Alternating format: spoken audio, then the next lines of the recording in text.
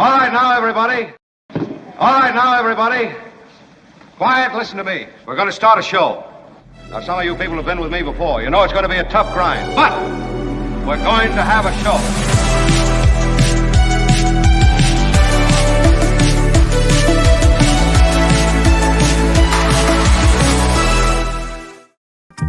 Indeed, we are here. It is great to have everyone along. What an eventful week it has already been, and we've got a lot to do today in the way of legal analysis.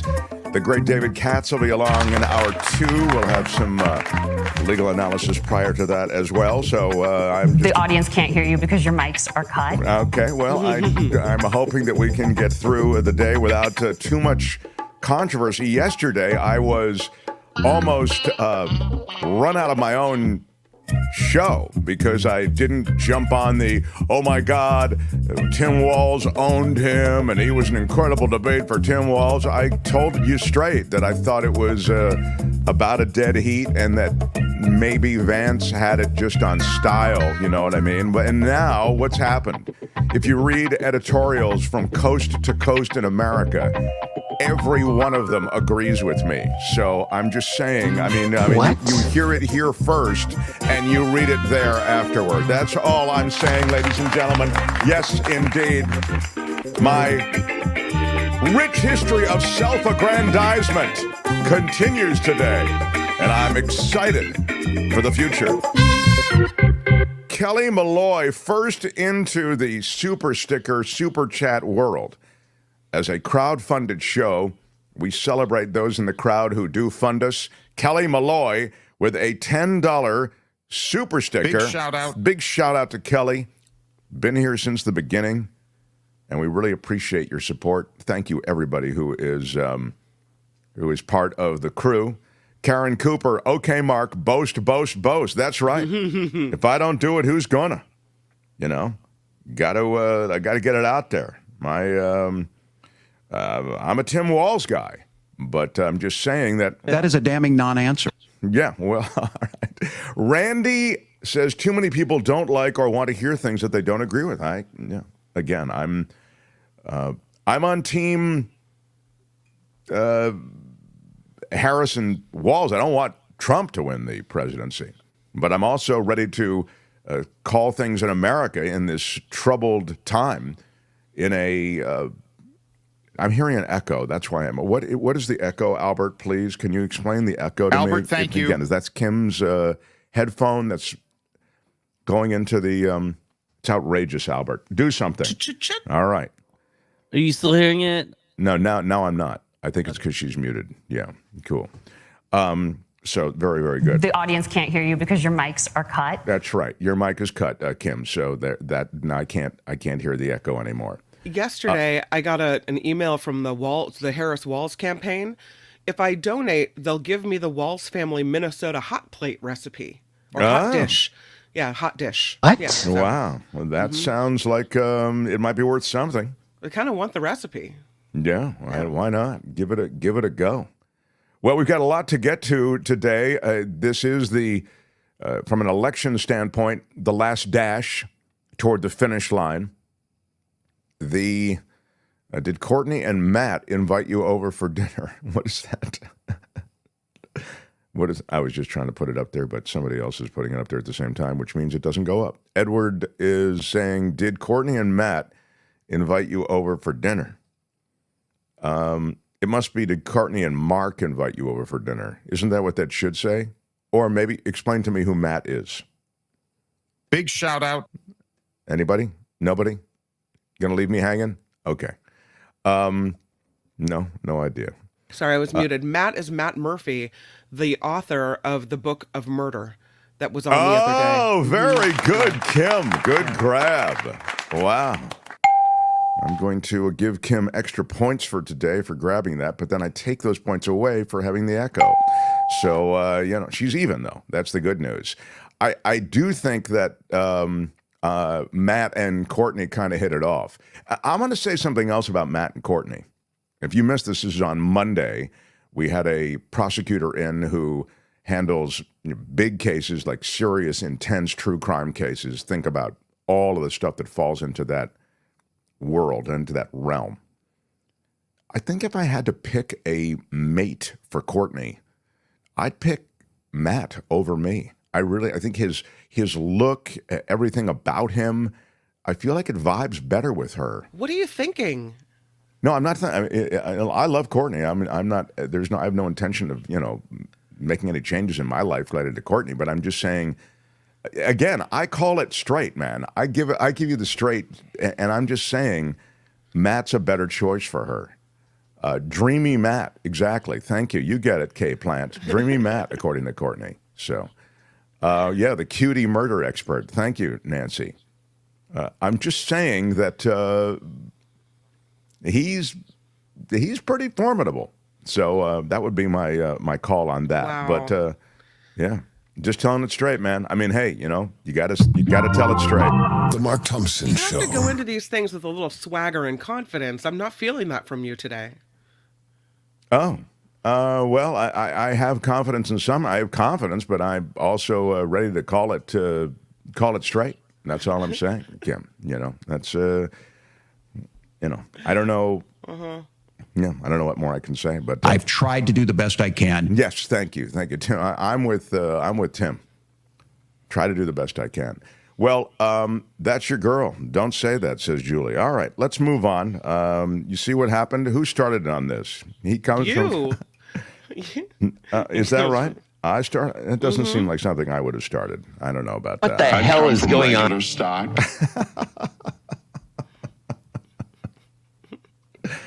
I like it when Albert and I hit the drops at the same time. Then it just, where's your swag, Mark? I don't know. Yeah, my swag has left the building. All right, listen, settle down, everybody. I don't like you guys.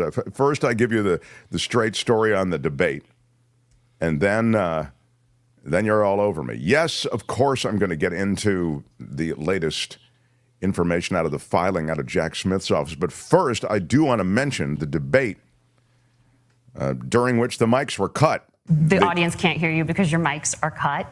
Got 43 million viewers across 15 TV networks, 40 million on the 4 broadcast networks, 3 main news networks. So if you had 4 broadcast, 3 main news networks, they're saying if you add that all together, it's 43 million.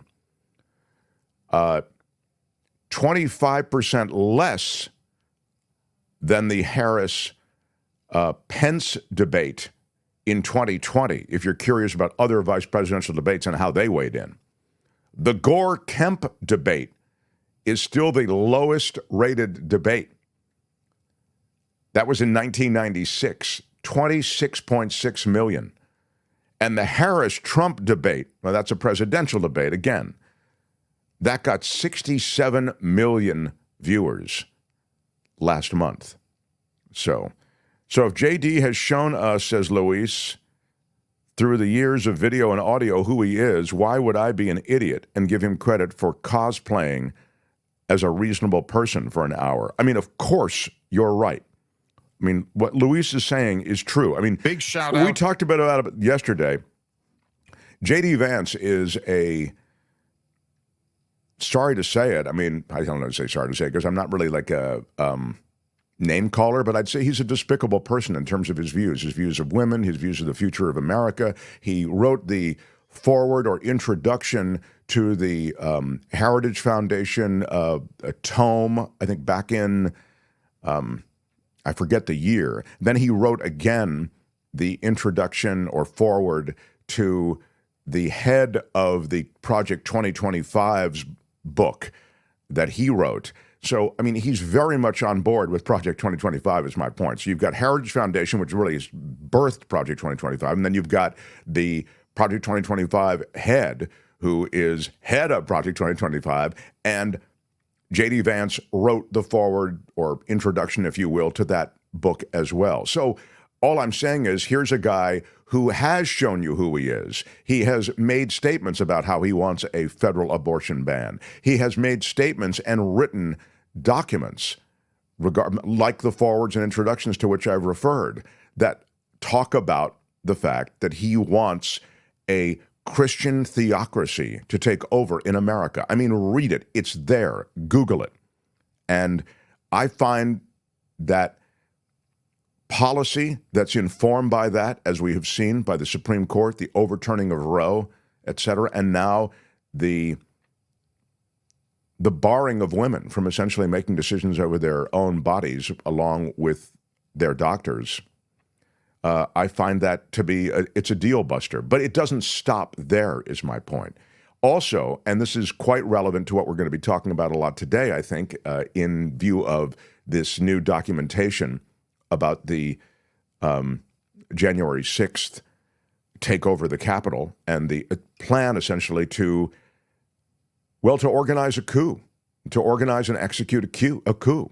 That was the plan from Donald Trump, and he actually did attempt to execute it. It was a failed coup attempt, is what it was. There were two guys on that stage during the vice presidential debates. One of them never would have done that, never would have agreed to the wishes of Donald Trump or the president to not certify the electors and certify the election. The one who wouldn't do it, of course, is Tim Walz. The one who would do it and has actually said that he wouldn't have certified the election is J.D. Vance. So you have in J.D. Vance a perfect colleague for Donald Trump, a perfect co-conspirator for Donald Trump, a perfect henchman for Donald Trump. And so the two of them together in power is an extremely scary thing. This country is in a place, though, where either we don't care, or we don't care enough, or we're burnt out, or the news cycle is so voracious with its appetite for more and new, and however we play it, I'd suggest really that the news cycle normalizes Trump and normalizes this insane behavior and illegal behavior. Not to say it's not covered, but I'd say, we kind of move on. Okay, now let's see what's happening in Michigan and Wisconsin, and let's check the latest polls. Yeah, but is there no action on the part of the former president that is disqualifying? Is there no action on the part of Donald Trump that is disqualifying when it comes to running for president again? No, he said he could kill someone, and he meant it, and he's right. He engineered a coup. On the killing thing, I think he was making a point, and I think what he did do, I mean, if you want to just take this killing thing to another level, is he threatened Mike Pence, and this is in the documents, and it's a remarkable laying out of the way in which Trump put a full court press on Mike Pence to essentially overturn the results of the election. He did threaten Mike Pence by saying, if you don't do this, I will, and he didn't use these words, but these are the words that I think both best apply to what he was talking about, turn the mob loose on you. It would be a very bad thing, and I'm going to publicly disparage you. That is what Trump told Pence, and he did it.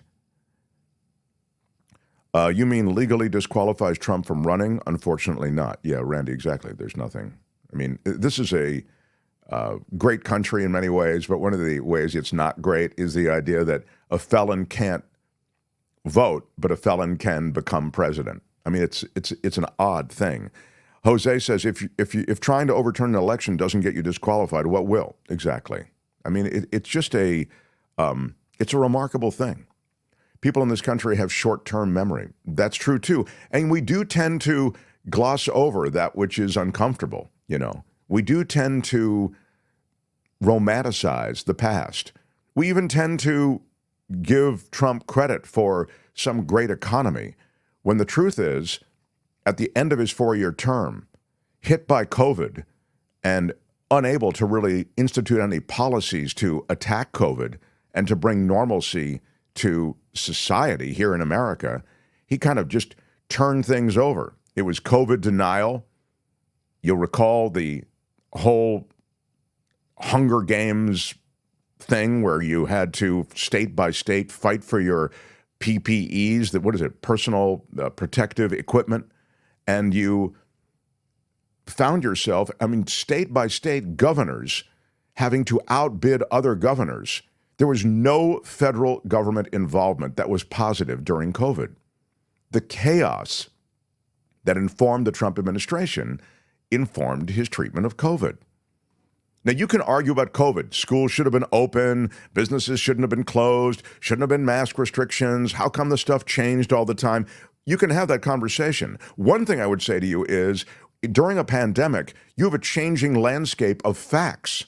How transmissible is this illness? How serious is this illness? Who's most vulnerable to this illness? Those facts are always changing as more data comes in.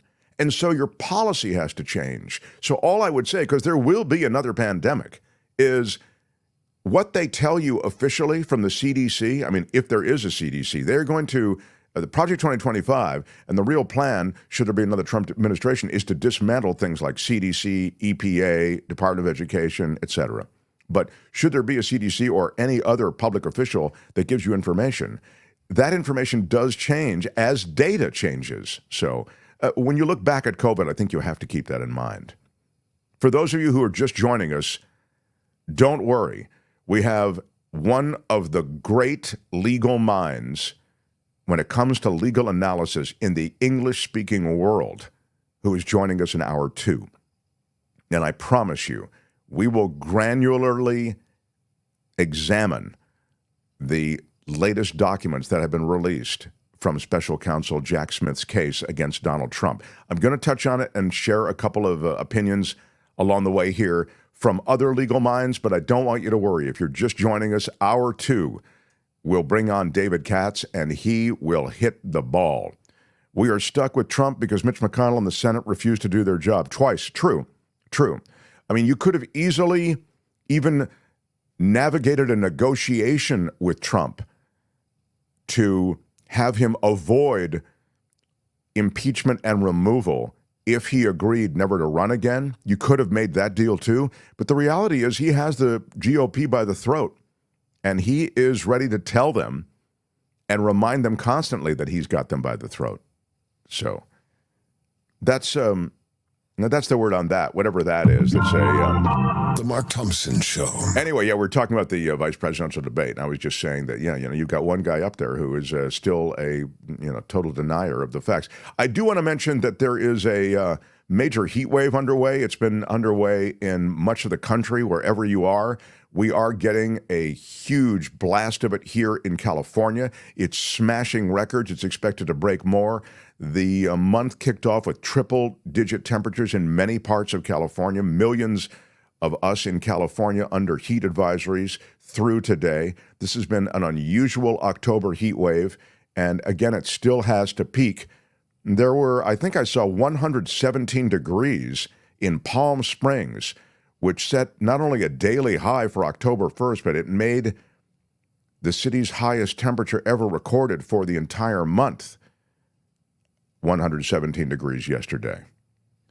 And even the overnight low in Palm Springs, the low temperature was 82 degrees.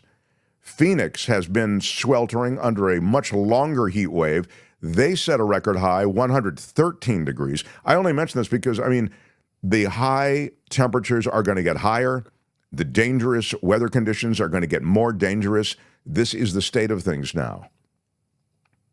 But in California, to all of our California viewers, it is a reminder.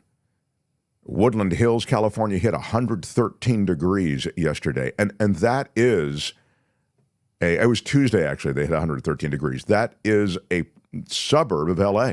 It's not the desert, Albert? Yeah, I think San Francisco hit 90 degrees, which is usually when we get hit with the heat here in the Bay Area. San Francisco is usually untouched, or it's at a beautiful 70, but it was at 90 degrees on Tuesday. And San Jose was 100 on Tuesday. San Rafael, which is in Marin County, California, hit 105. Kentfield, also in Marin, 100. 100 in Madera, Hanford 100, and so on. Paso Robles hit 107. So this is what's going on, and I didn't want the day to pass with at least acknowledging that, and also the damage from Hurricane Helene and the associated floodwaters that rose even as Helene fell apart. 200 was the number I saw, fatalities. But even getting them internet service, basic cell phone service, all of that stuff has proved to be a real challenge in the aftermath of all of that. So let me get into a little bit of what's happening in Washington with The Mark Thompson Show. damning details in Jack Smith's new brief. It is likely that this criminal case against Trump, well, it's certainly likely it's not going to happen before the election. I mean, I'd think that's beyond likely. It's an utter certainty. But if Donald Trump wins, it will never see the light of day. But the public got a real look at the evidence that Jack Smith has amassed.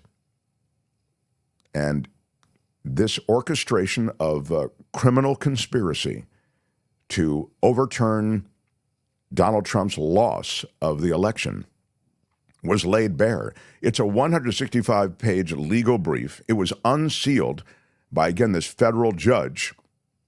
There are redactions in it, of course, but generally speaking, it's there. And it does give us many more details than we had before. I mean, even more details than the January 6th committee had. For example, the Mike Pence contemporaneous notes that he was taking as he was having conversations with Donald Trump about the election, and as Trump pushed on him, as I say, as Trump gave him the full court press. Mike Pence, do the right thing. Don't certify this election. And Pence took all of these different tacks to try to push Trump off of this. But one of the things, and one of the interesting, I think, moments on January 6th that's chronicled in this document is at 2:24 p.m. on January 6th, as Trump supporters were attacking the Capitol, Trump went on Twitter because he was unable to get Pence to play ball with him on overturning the election, on being part of his coup. And he went to Twitter at 2:24 to condemn Mike Pence. He said Pence lacked, quote, courage because he'd resisted Trump's pressure to, of course, to intervene in the Electoral College certification. So according to this prosecution, Trump was alone in the White House. He was in the dining room of the White House when he sent that tweet. And the reason that's important is he can't say somebody else posted that tweet for me. In the document from Jack Smith, the defendant, who of course is Donald Trump, personally posted the tweet at a point when he already understood the Capitol had been breached. The tweet that criticized Pence also went down at the same time as one of the most perilous moments of the riot, the very moment that Pence was being evacuated from the Senate office to a loading dock underneath the Capitol. Rioters had come within 40 feet of where he was sheltering. Trump was told by an aide of Pence, and again, this is all documented by contemporaneous note-taking and also by subpoena power that the J6 committee didn't have. So you have corroborating testimony and depositions that the J6 people didn't have because they didn't have all the subpoena power of a federal prosecutor or federal counsel in this case. When Trump was told by an aide of Pence's, he was told by an aide of Pence's evacuation. Sorry, just reading this. Prosecutors say that Trump responded, "So what?" Trump's first call for calm, which advisors viewed as insufficient, came 14 minutes later. Please support, yeah. Do you remember what was happening then? Pence was running through the halls with the Secret Service. There was a mob. They were trying to get him away from that, and they were trying to get him to leave the Capitol, remember? And there's Trump in the dining room. So what? Yeah. Wow. They said essentially that the vice president's life was at stake and his life was threatened. 14 minutes later, he wrote, "Please support our Capitol Police and law enforcement. They are truly on the side of our country. Stay peaceful." He did write that. According to prosecutors, at one point during Trump's bid to overturn the results, a Trump White House aide overheard Trump telling his daughter Ivanka and son-in-law Jared, "It doesn't matter if you won or lost the election, you still have to fight like hell." That comment was supposedly made on Marine One. Prosecutors said that they would prove at trial that Trump and his allies often made up statistics about voter fraud from whole cloth. For example, Trump and his allies alleged that 36,000 non-citizens had cast ballots in Arizona, changing that figure to a few 100,000 5 days later, eventually revising it back to the bare minimum, 40 or 50,000, then to 32,000, and then back up to the original number, 36,000. 1 week after the election in 2020, Trump told then Governor Doug Ducey from Arizona that he was packaging up, that's a quote, fraud evidence to share with him. But Trump never provided any evidence. Ducey told Trump that Arizona was all but lost, comparing it to being in the ninth inning, 2 outs, and Trump was several runs down. After a Fox News host called out Trump-aligned lawyer Sidney Powell for making bizarre claims about Dominion voting machines, Trump called her on speakerphone. On the November 20th, 2020 call, Trump muted his line and mocked her to 2 aides, calling her claims about the election crazy and making a reference to Star Trek. On another occasion, he called Powell unhinged. In other words, he knew what was going on. He knew what she was saying was total BS, but still he was out there pushing it. But if all of these comments were made to people who worked for him, including his own children and son-in-law in the White House, then that becomes a gray area about whether it was done in the service of his job or whether it was, a personal act. And the presidential immunity comes into play. It's very complicated. Well, that is right where the shoe pinches, because the Supreme Court has said that it is an official act of the president that enjoys immunity. But let's address that right now, Albert. First of all, we'll talk more about it with David Katz. As I said, we're really going to, rotisserie this entire thing and, cut it open and figure it out. But I do want to speak to what Kim has just mentioned, because she's right. It's the centerpiece of all of this. Like, how much of this is he immune from prosecution with? Because he's the president. The SCOTUS decision gives him a lot of cover, right? Not really. Not as a presidential candidate. Run, if you would, Albert, what you've got up there in the gate, and let's see. I think this addresses some of what Kim's talking about, the immunity question. Even with, as you noted, the Supreme Court requiring Jack Smith to truncate his proof to only use witnesses who are private witnesses or people in public office but acting in a private capacity as a candidate, even with that limitation that you can't use any evidence from people who are acting in an official capacity at the White House or elsewhere. This is sort of body blow after body blow with really shocking evidence. I am old enough to remember Watergate, which was a scandal about cheating and trying to find out what it is that your opponent knew through illegal means and covering that up. This is so much worse. It lays out an effort to undermine and thwart the votes of millions and millions of people just to stay in office. And the evidence is coming from Donald Trump's own people, his own lawyers, his own campaign staff, and most notably, his own vice president, who had every incentive to want to win that election, but decided to act out of principle and follow the rule of law. So this is a read that is so graphic, so devastating, and so dispiriting that this is where the country is when these allegations are the kind of thing that the normal laws of gravity would have people understanding that this person should never be in office again, based on this really detailed exegesis of the facts around what Donald Trump did. Okay, so Albert, there's another piece too. So again, I think that sort of spoke holistically to everything.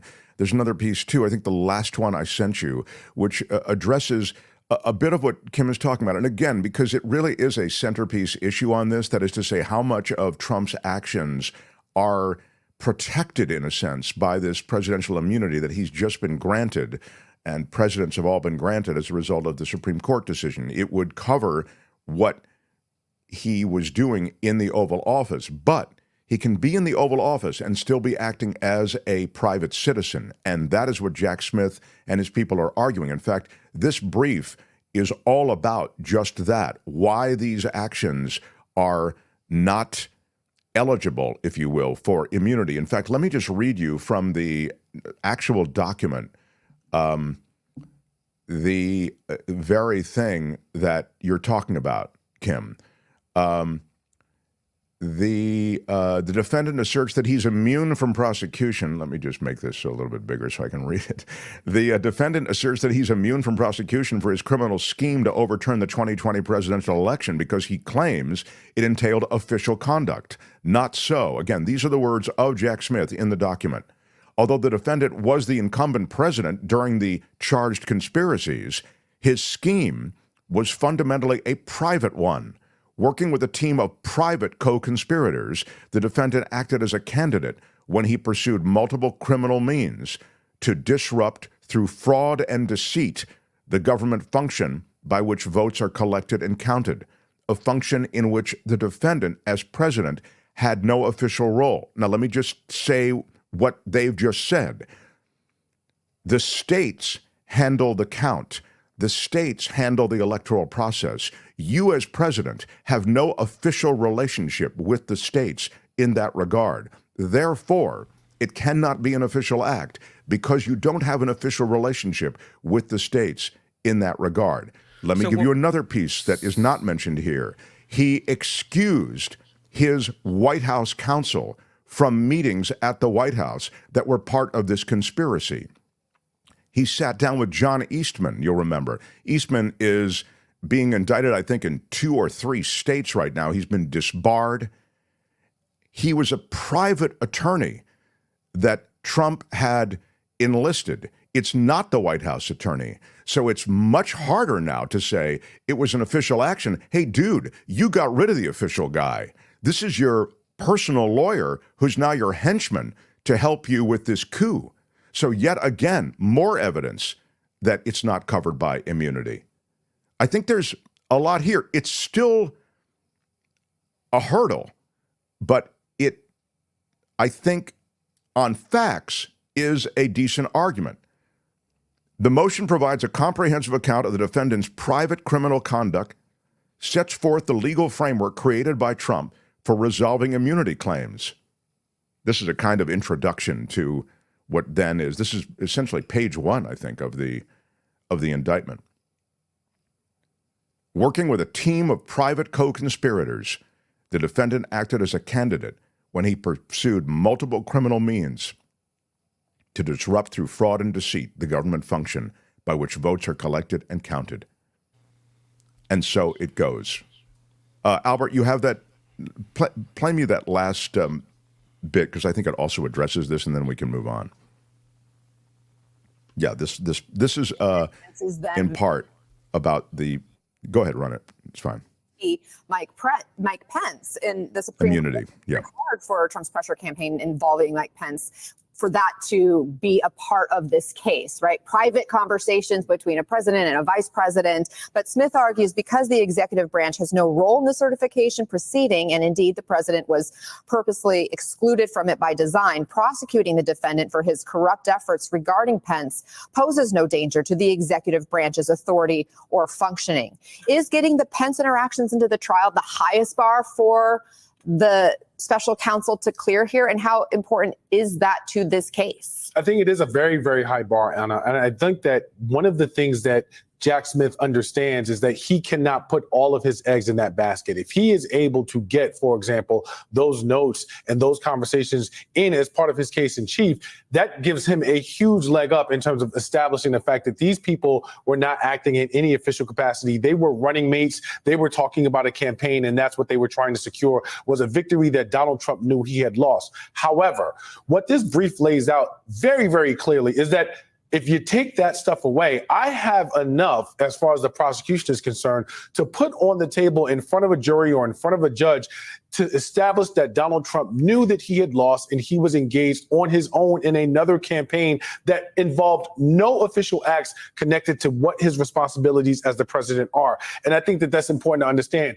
If you have the stuff with Mike Pence, I can move forward and it helps a lot. But if I don't, I still have more than enough to make out my case and convict Donald Trump for what he has done on January 6th. That's perfect. That's exactly what I wanted you to hear. So in other words, yeah, you can say, hey, he's having a conversation with the vice president. How can that not be considered an official act or an official conversation? And I think that was just really well explained there. So again, if that falls away, if the judge decides that does fall into the category of officialdom, and then therefore immunity, you still have the rest of the case as well. Always love people who, why did Pence want to meet with the tourists? I'm sure it would have gone great. He means the tourists on J6. Yeah, it was just a quiet tour of the Capitol. Thank you, Luis. No Contendo says, something that just hit me, 45 never evacuated. Mens rea, guilty state of mind. Well, there's a lot to his guilty state of mind. In fact, we should remind me, Kim, to ask David Katz about that, because there's a lot here that goes to intent and a guilty state of mind when it comes to Donald Trump. So thank you for that no contendo. It's in blue states, let it run, said Kushner. Thank you, no contendo. I will say this, no contendo. It's interesting. Part of the, just to this point about the states and trying to create the disruptions associated with a kind of chaos that would then allow Trump and the federal government to become involved, to push the election to SCOTUS and then push it to the House, which is really what they wanted to do. It was a multi-pronged coup attempt, but that was one of the prongs. They tried to hatch a riot in Michigan. It's in the documents that there were conversations with a Michigan poll watcher who was there as, in a sense, a co-conspirator in all of this. I mean, he deposed in and cited in this document, saying it looks like Trump is going to lose in Michigan, essentially was the word. And the word from the White House was, well, find some irregularities, find something wrong with the count. And when the word came back that they couldn't find anything wrong with the count, I believe it was Michigan, maybe it was Arizona. I'm trying to think of when where was the, well, anyway, I'll just finish this thought. The word came back from the White House, create problems, start a riot if you have to. They wanted any kind of disruption. You're thinking of Arizona and the Giuliani phone call, where Giuliani called, it says, doesn't matter, we just need an opening. Thank you. That was it. Find me a legal opening. Thank you. It was the Giuliani. Again, it came from the White House crew, Giuliani heading them up. And again, this, harkens back to, it was the Brooks Brothers slapped together riot, where they tried to stop the count in Florida, I believe it was. That was very much similar. I mean, you can look at the Gore election, and you can see in that Bush v. Gore situation a lot of the kind of tepid efforts to steal the election. They didn't need to do as much. They had a lot of pieces on that chessboard in place. His brother was the governor of Florida. You had still mobbed up SCOTUS, etc. And they stopped the count in Florida, as you know. They stopped the recount. And they essentially, in my judgment, hijacked that election. Subsequent counts in Florida, that is to say recounts of those ballots, have suggested Gore have won. Gore would have won if the count had continued. But all of this said, I guess what I'm trying to say, I'm saying two things. A lot of what's contained in this document is an effort to muddy the water and create issues that would then allow this entire election, the Trump-Biden election, to be bumped to SCOTUS and then to the House. And the other thing I'm saying is that there are shades of this in the Bush v. Gore stuff, although not as openly lawless as Trump was, along with his henchmen. So Go ahead, Kim. We have, about a month now until the election. And I can't be too relieved that it appears Trump is actually being held to account for what I consider to be one of the worst attacks on our democracy ever. Because if he wins, all this gets wiped away. Right. Gone. I think that's exactly right. No, all this work, all of this outrageousness will just get wiped away. And so how do you convince people that we can't do that? How do you convince people that he's bad? I just saw someone posting on Facebook, I'm 100% with Trump. I don't know how you can read through a document like this and see the callous remarks that he made about the life of his vice president and about the will of the people and the voters and think this is a good candidate. I've reviewed it before, and I'll just touch on it again. The things about Donald Trump that attract people and have created this coalition of red state voters, but beyond just red state voters, involve a number of different things, which is typically what happens with presidential candidates, meaning grievances that are shared, right? I'm angry about the same things that Donald Trump expresses openly on the stump. Even though he is a shapeshifter, he'll say whatever he needs to say to whatever room. The demonization of immigrants is something that works. You don't have to just look at this country. You can see it working worldwide. Those people are ruining your life.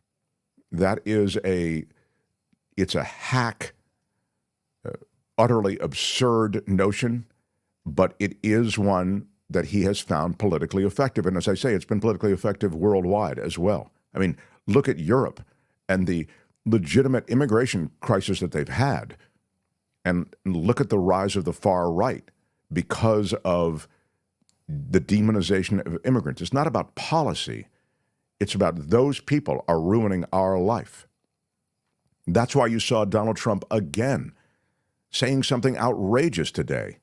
He said, if elected president, he will take away the legal status of the Haitians who are in Springfield, Ohio. He said this. So he's, to use the oft-used expression, doubling down on this same stuff.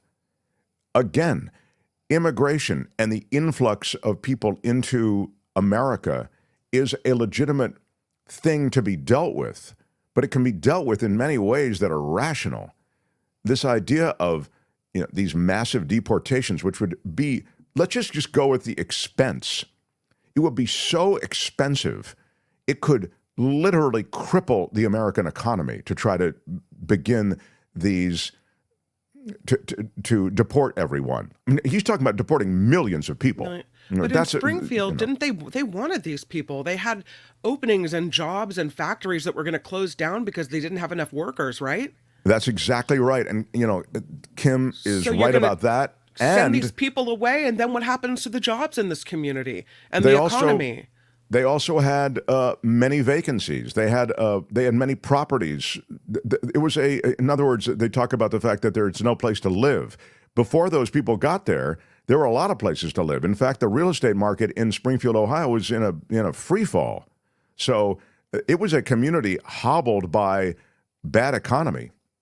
They did revitalize it. Now, to be fair to the argument, like so many communities, when you have an influx of people, hospitals and many existing institutions are then stressed in ways they weren't before, and you have to adapt. But that's a much different thing than the idea that we're just going to clear everybody out. Not to mention the effect on the gray economy, or the, whatever you want to call it, the dark economy, whereby you essentially have a lot of people who are in the country illegally. Okay, they're not the people in Springfield, Ohio, and they're doing the jobs that Americans just aren't doing, and they're doing them for cheaper. I mean, that's just, there's you want to talk prices going up at the grocery store. I mean, if you go to the slaughterhouses, and if you go to the Central Valley of California, to the agricultural concerns that create this breadbasket of America, it's filled with both these places and places beyond. Restaurants, janitorial services, they're filled with people who have come into this country for a better opportunity. I'm not saying there should be open borders, but I'm just suggesting that, okay, if you really want to get serious about this, dude, and you want to get rid of everybody, it's going to be cripplingly expensive. I mean, just insanely expensive.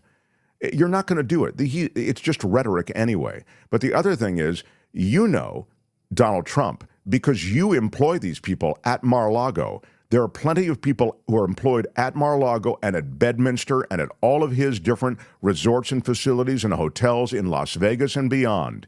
You employ a bunch of people who are in this country and don't have legal documentation. It's a fact. So there is kind of it's a falsehood. It's a fraud that's being perpetuated. But when you talk about Donald Trump, it is, I think, about a lot of this stuff. He's angry about the same stuff I am. I'm angry about law and order. If you look at the tech bros in San Francisco, the David Saxes and Chamath and all these guys who raise money, that's about money and power. They know that if they raise money and are close to Donald Trump, he, as president, will give them a broad berth and will really allow them to shape policy. And that policy affects them in a big, big way, not just because they're super rich, but because they have holdings and they have technology that they have to evade government regulation on. That's just a fact also. That's why Elon wants in. He knows he will control Trump. He'll get whatever he wants. So there are a lot of reasons that Donald Trump has this power. As I say, it's a coalition, and he has political power. No Contendo says 45 had an interview with Dave Ramsey. Ramsey said on YouTube, immigrants outwork Americans 10-1. Paraphrased, 45 never tells U.S. cities to upgrade education and skills. Yeah, I mean, I think I understand what you're saying. I love that Ramsey said that to him. And look, the infrastructure that when it comes to upgrading education and skills in this country, it's shameful. It's absolutely shameful. I mean, if we put half the energy and money into education and vocational skills that we put into defense and this ridiculousness associated with any number of things, stamping out immigrant communities, lifting up America's cities, leave aside the immigrants, just lifting up America's cities and America's education system is something that would be transformational. Read Tom Hartman on this. Tom Hartman has written a bunch on this, why the GOP specifically wants to undermine education. When is Tom coming on? He'll be on next week with us? I'll make sure to ask him about that. Yeah, he'll be on next week. Okay. On the heat, Peter Newton says in Phoenix, the trees are collapsing vertically due to the heat.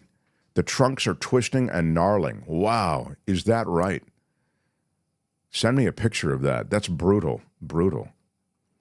The planet is, you hear Donald Trump talking about the world on fire. He's talking about major conflicts in Ukraine, the Middle East, etc. I mean,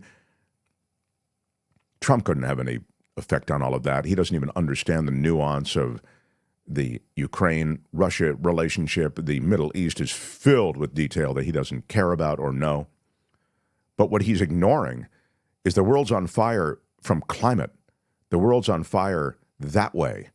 And yet the GOP never talks about it. In utter denial. Haitians sank the Titanic, attacked Pearl Harbor, and caused the Niners to lose the Super Bowl.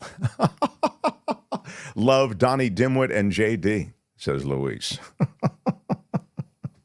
Yeah, blame the immigrants for everything. Shout out. Lucy McAllister, my favorite McAllister. Big shout out. Love you. Love all my McAllisters, but she is my my favorite McAllister. So I'm the audience can't hear you because your mics are cut. Okay. Well, Mark, are you still covering for the corporations after them reaping $400 billion in profits, or have you changed your position supporting union workers?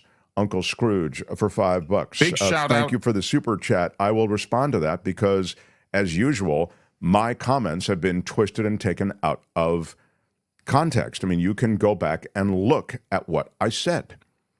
I was talking about the strike at the docks, and what's behind it is a technological reality that we are trailing on, okay? So the automation that is affecting dock workers takes dock workers' jobs, and that's bad for dock workers. And so the unions that represent dock workers, they confront that reality and they say, hey, we don't want to lose these jobs. So we want a contract that ensures our jobs while also integrating some of your technology that you want so badly. Corporations say, we want to reduce the costs on the docks and increase efficiency on the docks. That's done by technology. And so there's a tug of war between the two. But if you look at efficiency and you look at the way in which the U.S. ranks worldwide in terms of our efficiency, these are logistics issues, and we had one of the world's leading logistics experts on this week.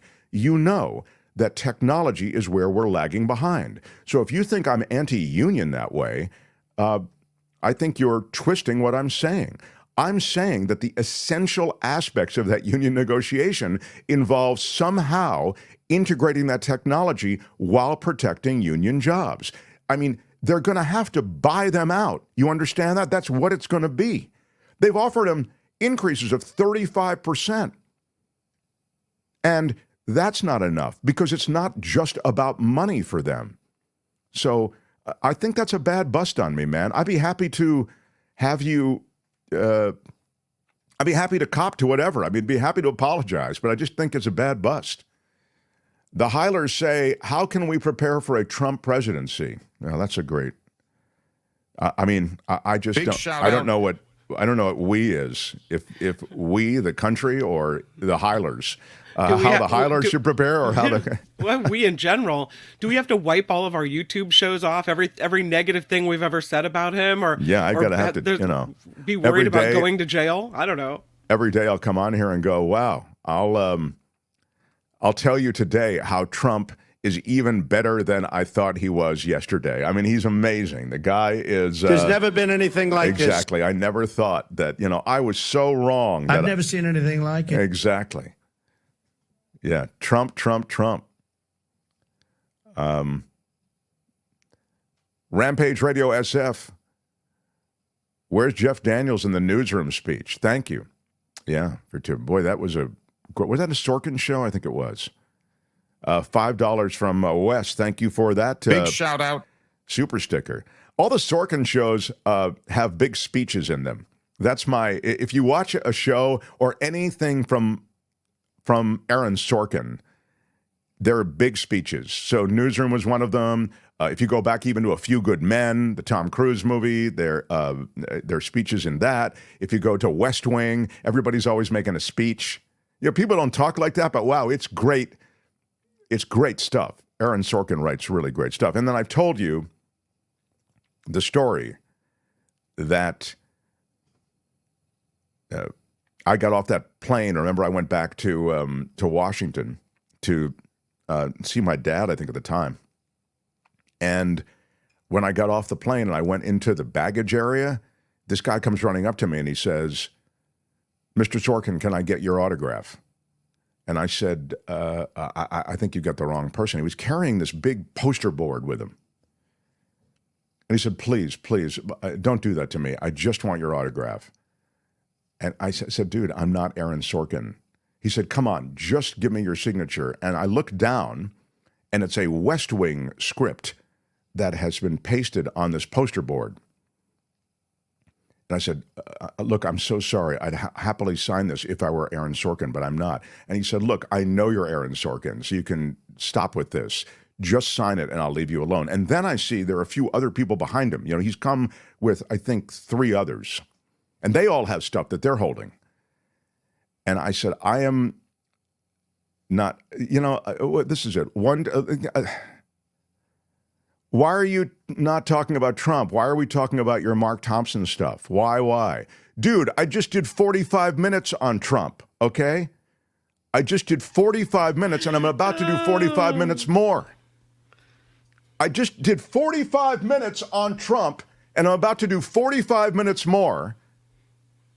I got a super chat that asked about Newsroom, which was a Sorkin show, and I was making a point about speeches in Sorkin shows, and then I told a little story. It's a digression. Why are you yelling? I don't understand why you can't get that. 1, 2, 3, scary. Is that what it is? 1, 2, 13 scary? What is it? 13 scary. Scary. In the United States of America. Yeah, what is going on? You cannot say you love your country. I'm sorry.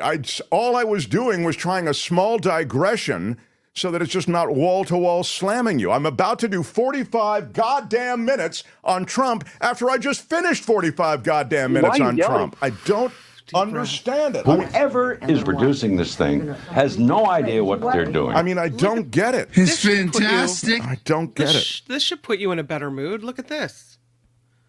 Dwayne Kennedy from City Shapers Incorporated in San Francisco, a super sticker for $50. Thank you. Big shout out. This show is crowdfunded. I'm not going to get any kind of funding from 13 Scree. So Dwayne Kennedy, City Shapers Incorporated in San Francisco, and City Shapers.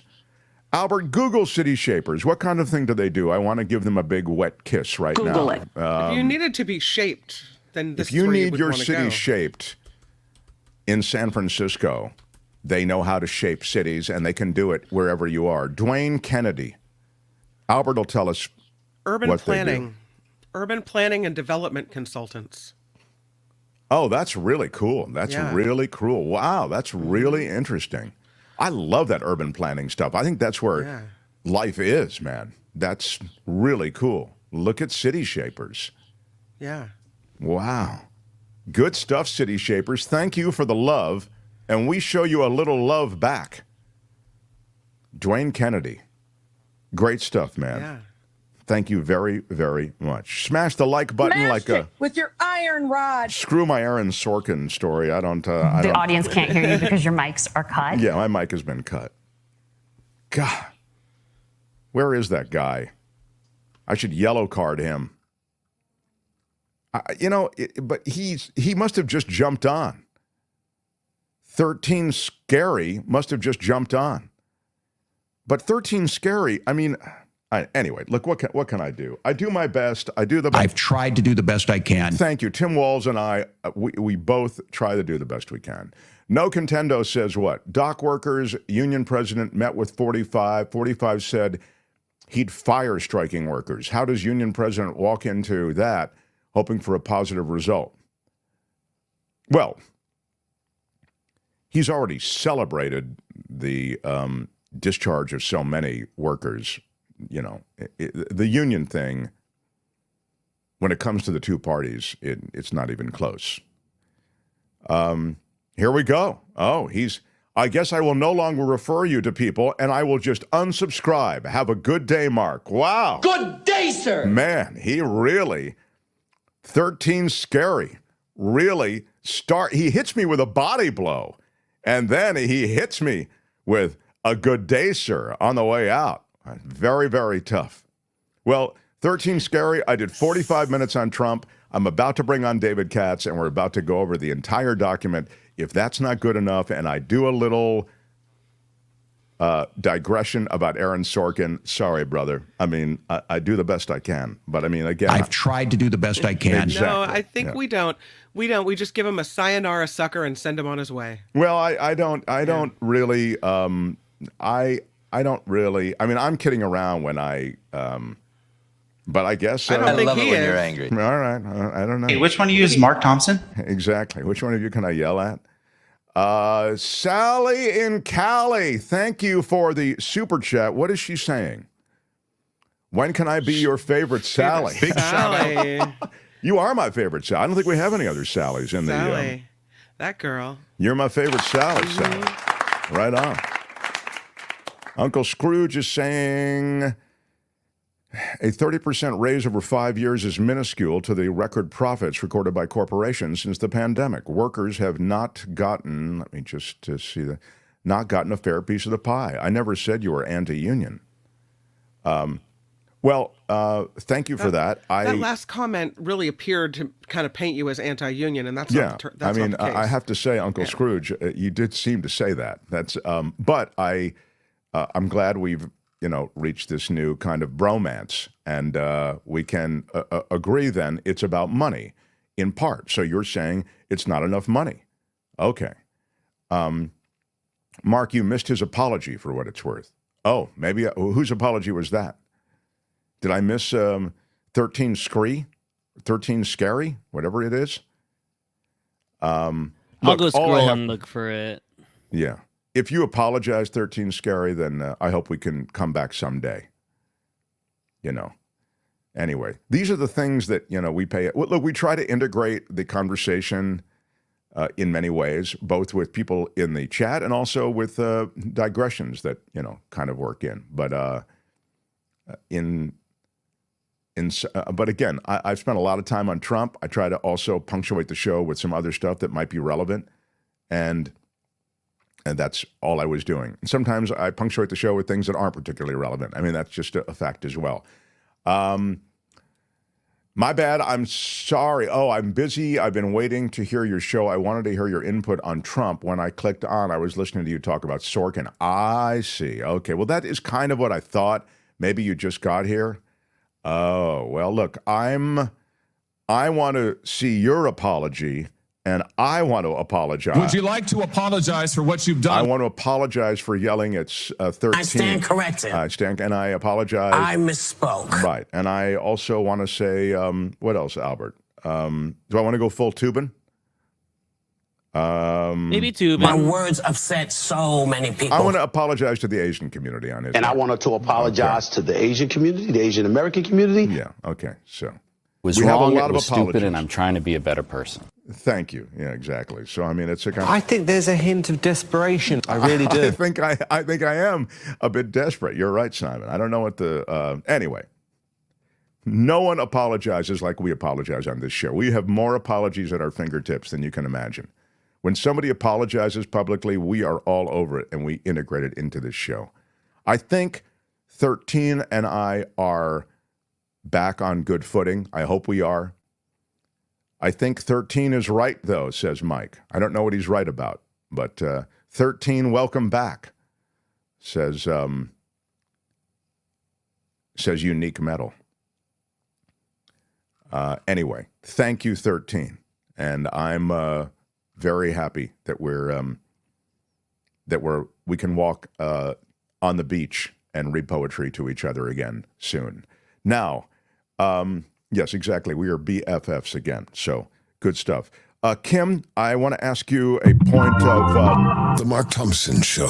Point of order. I have David Katz, the brilliant lawyer, to go over these latest filings that have come into the public forum on the Trump case. What do I do? Do I do a little news from you, and then when Katz arrives, we jump out? I sent him the show link again, just a little before noon. So yeah, I think he's probably going to pop on any minute. But why don't we do the news, and when I hear him click in, I'll wrap it up. Okay, that's the way we'll do it. Thank you, everybody, for being here, you guys. I am Mr. Digression. Thank you, Gregory. I love digressions, and maybe this is the wrong forum for it. But anyway, we have Gary and Michael Snyder are in the same boat here with the digressions and the stalling and the delaying. And, we do like to stall and delay, and sometimes we do it deliberately. But I don't like to irritate the audience. This is a classic Mark Thompson time waster. Exactly. So, all right, Kim's News. Smash the like button if you will, and then the great David Katz joins us. Mark Thompson Show. The Mark Thompson Show. This is Mark Thompson.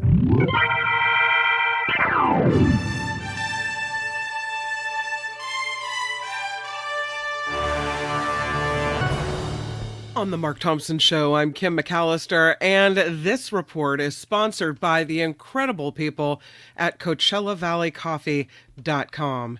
It's good. At least, yeah. And we need some good because we have some really tough news. At least 202 people have died as the result of Hurricane Helene. This is serious business. The death toll will likely continue to go up as well because hundreds of people, they still remain missing. Hundreds of thousands of people are still without power in Georgia and the Carolinas as well. The Lebanese army says it returned fire at Israeli forces today. In a post on X, the Lebanese army said one of its soldiers was killed when IDF forces targeted one of its posts. This all comes as tensions in the Middle East have risen this week, with Iran launching a missile attack on Israel and Israeli forces launching attacks into Lebanon. Of course, we know, about a month away, Election Day fast approaching. Former President Trump is holding a rally in Michigan today. Vice President Harris will be in Wisconsin. Elsewhere, President Biden is surveying the damage caused by Hurricane Helene for a second day. He'll make stops in Florida and Georgia. The United States is banning steel and artificial sweetener imports from 2 Chinese companies over forced labor accusations. These companies are going on the list of companies sanctioned under the Uyghur Forced Labor Prevention Act. The Uyghurs are just one of several Turkic Muslim minorities living in China being persecuted by the Chinese government, that according to the United Nations. Former President Trump says if he is elected as president, he will deport Haitian immigrants in Springfield, as Mark said earlier. Trump said he would remove the immigrants by revoking their temporary protected status, which allows them to live and work in the United States. If that is done, the immigrants in Springfield would be sent back to Haiti. This comes after weeks of threats and controversy that have consumed the Springfield community following claims that Haitian immigrants were eating pets there, with no evidence that that is the case. And as a president, he would have all the power to do it, as you well know. I mean, he would have the power likely even before that SCOTUS decision, but the SCOTUS decision gives him a wide berth to be able to do it. California drivers may be getting some money back. The state attorney general says victims of gas price manipulation may be due a check. Really? Because I think that means I'm getting a big fat check in the mail. That's thanks to a $50 million settlement with gas trading firms over alleged price gouging. Claims for payment can now be submitted online. This is for anyone who filled up in 2015 between February 20th and November 10th in these counties: Los Angeles, San Diego, Orange, Riverside, San Bernardino, Kern, Ventura, Santa Barbara, San Luis Obispo, and Imperial. I guess maybe I'm not due after all, so that's a bummer. David Katz is here. I just heard him. I will tell you, the Marathon Martinez refinery is being told to pay up. It has been fined $5 million for allegedly filling the air with pollution from 2018 to 2022. They should pay up. That was an outrage, and it's insane that it's taken so long. The Bay Area Air Quality Management District says this is for flaring that happened while that refinery was idled during the pandemic. The fine, the second largest ever by the agency, and it resolves 59 citations. Officials say those issues have been corrected. They essentially poisoned the air, and the fallout from it was just despicably awful. I mean, every test that they did on that which fell out of that flaring, it was more alarming than the last one. Just brutal.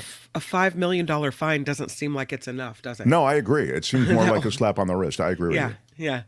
And lastly, before we get to David Katz, who popped in and I can see him waiting there is another recall for the Tesla Cybertruck. What? This one involves problems with the rear view camera. Wasn't this supposed to be the Tuffy Tough truck? You know, nothing could hurt it. Well, the filing with the National Highway Traffic Safety Administration suggests the image on that camera may be delayed and reduce the driver's view of what's behind them. That's not good. The recall affects 27,000 Cybertrucks. And this report is sponsored by CoachellaValleyCoffee.com. Oh, yes. Yeah, what are you drinking? I'm drinking the French press today, and it's a delicious taste experience. Very nice. Transcendentally delicious. Coachella Valley Coffee. I recommend it to all of the human beings on this great planet. CoachellaValleyCoffee.com. You can use the discount code MARKT. Get yourself the coffee that speaks to you. They have all kinds of tasting notes, so you know what you're getting. Some people like light roast, medium roast, dark roast. I like dark roast. Oh, I'm sure you do. It's so special. Yeah. What was that supposed to mean? I'm sure you do. Nothing. Okay. I don't know. I'm Kim McAllister. This is the Mark Thompson Show. The Mark Thompson Show. The audience can't hear you because your mics are cut. This is Mark Thompson. We've been waiting. He may be in demand everywhere because you hear him and see him all across the English-speaking world when it comes to legal analysis. He is without peer. He is brilliant. But he may be in more demand today than in any other day. I don't want to say any other day. It's certainly been a busy period for David Katz. But wow, we need him to decode a bit of what's just happened in the last day. Never been anything like this. In terms of this Jack Smith filing that has now been made public. How about it for the great Katzadamus, David Katz, everybody. Great to be here. Welcome, sir.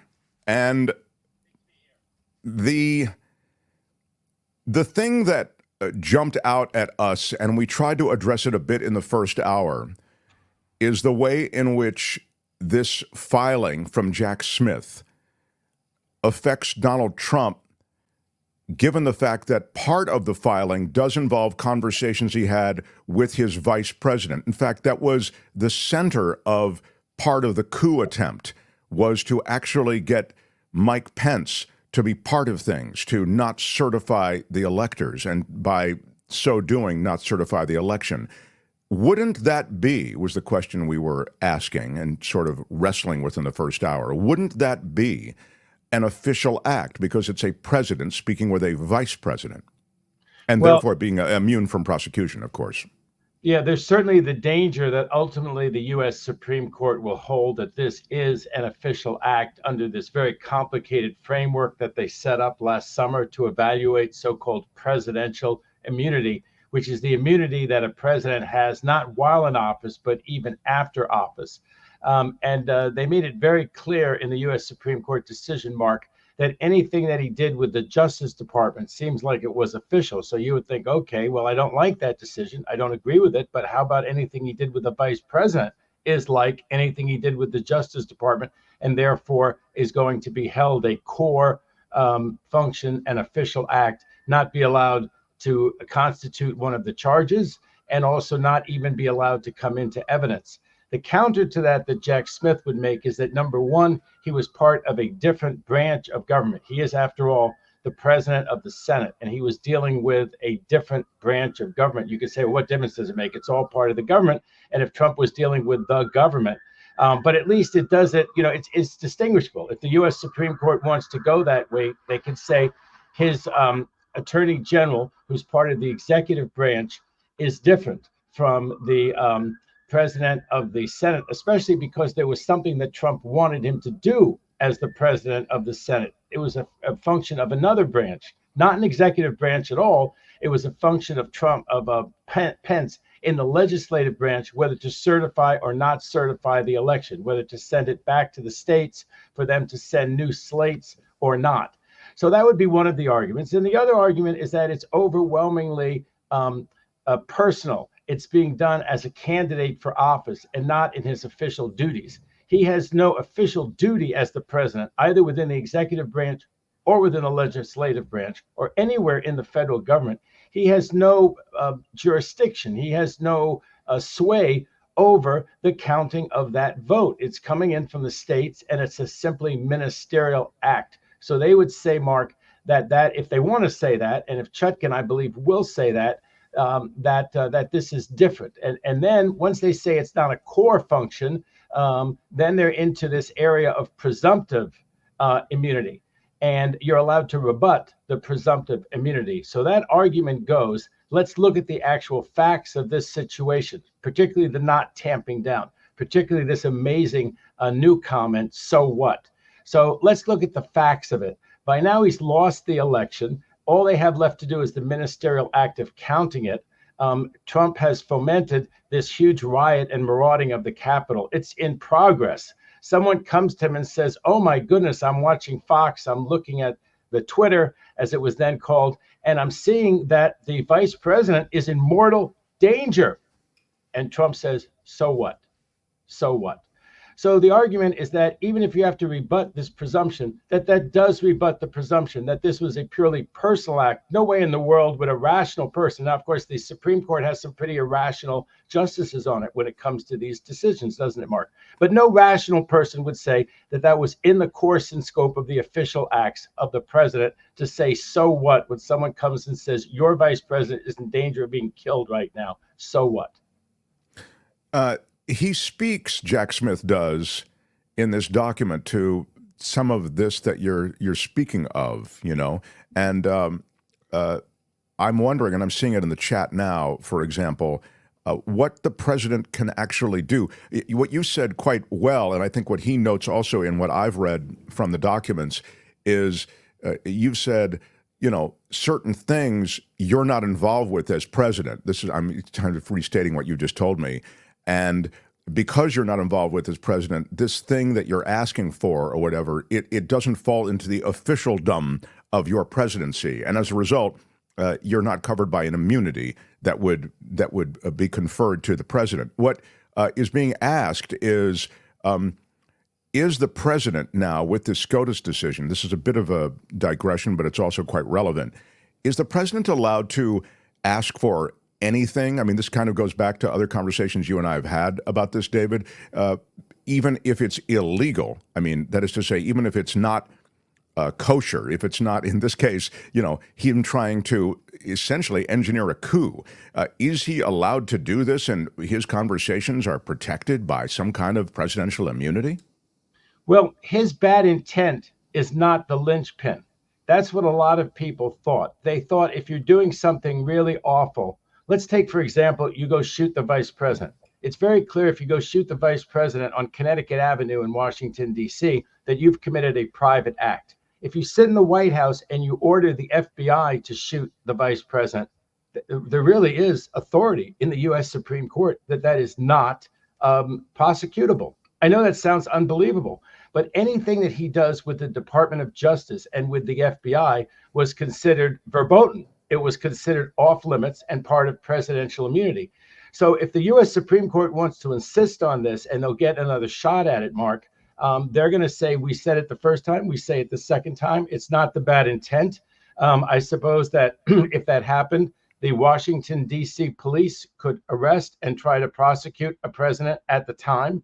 Maybe they could prosecute him later, but if there's presidential immunity, the president is immune for his acts as president while he was from state prosecution as well as from federal prosecution. One of the things that wasn't so widely reported was that while the president cannot pardon a state offense, presidential immunity applies to state offenses.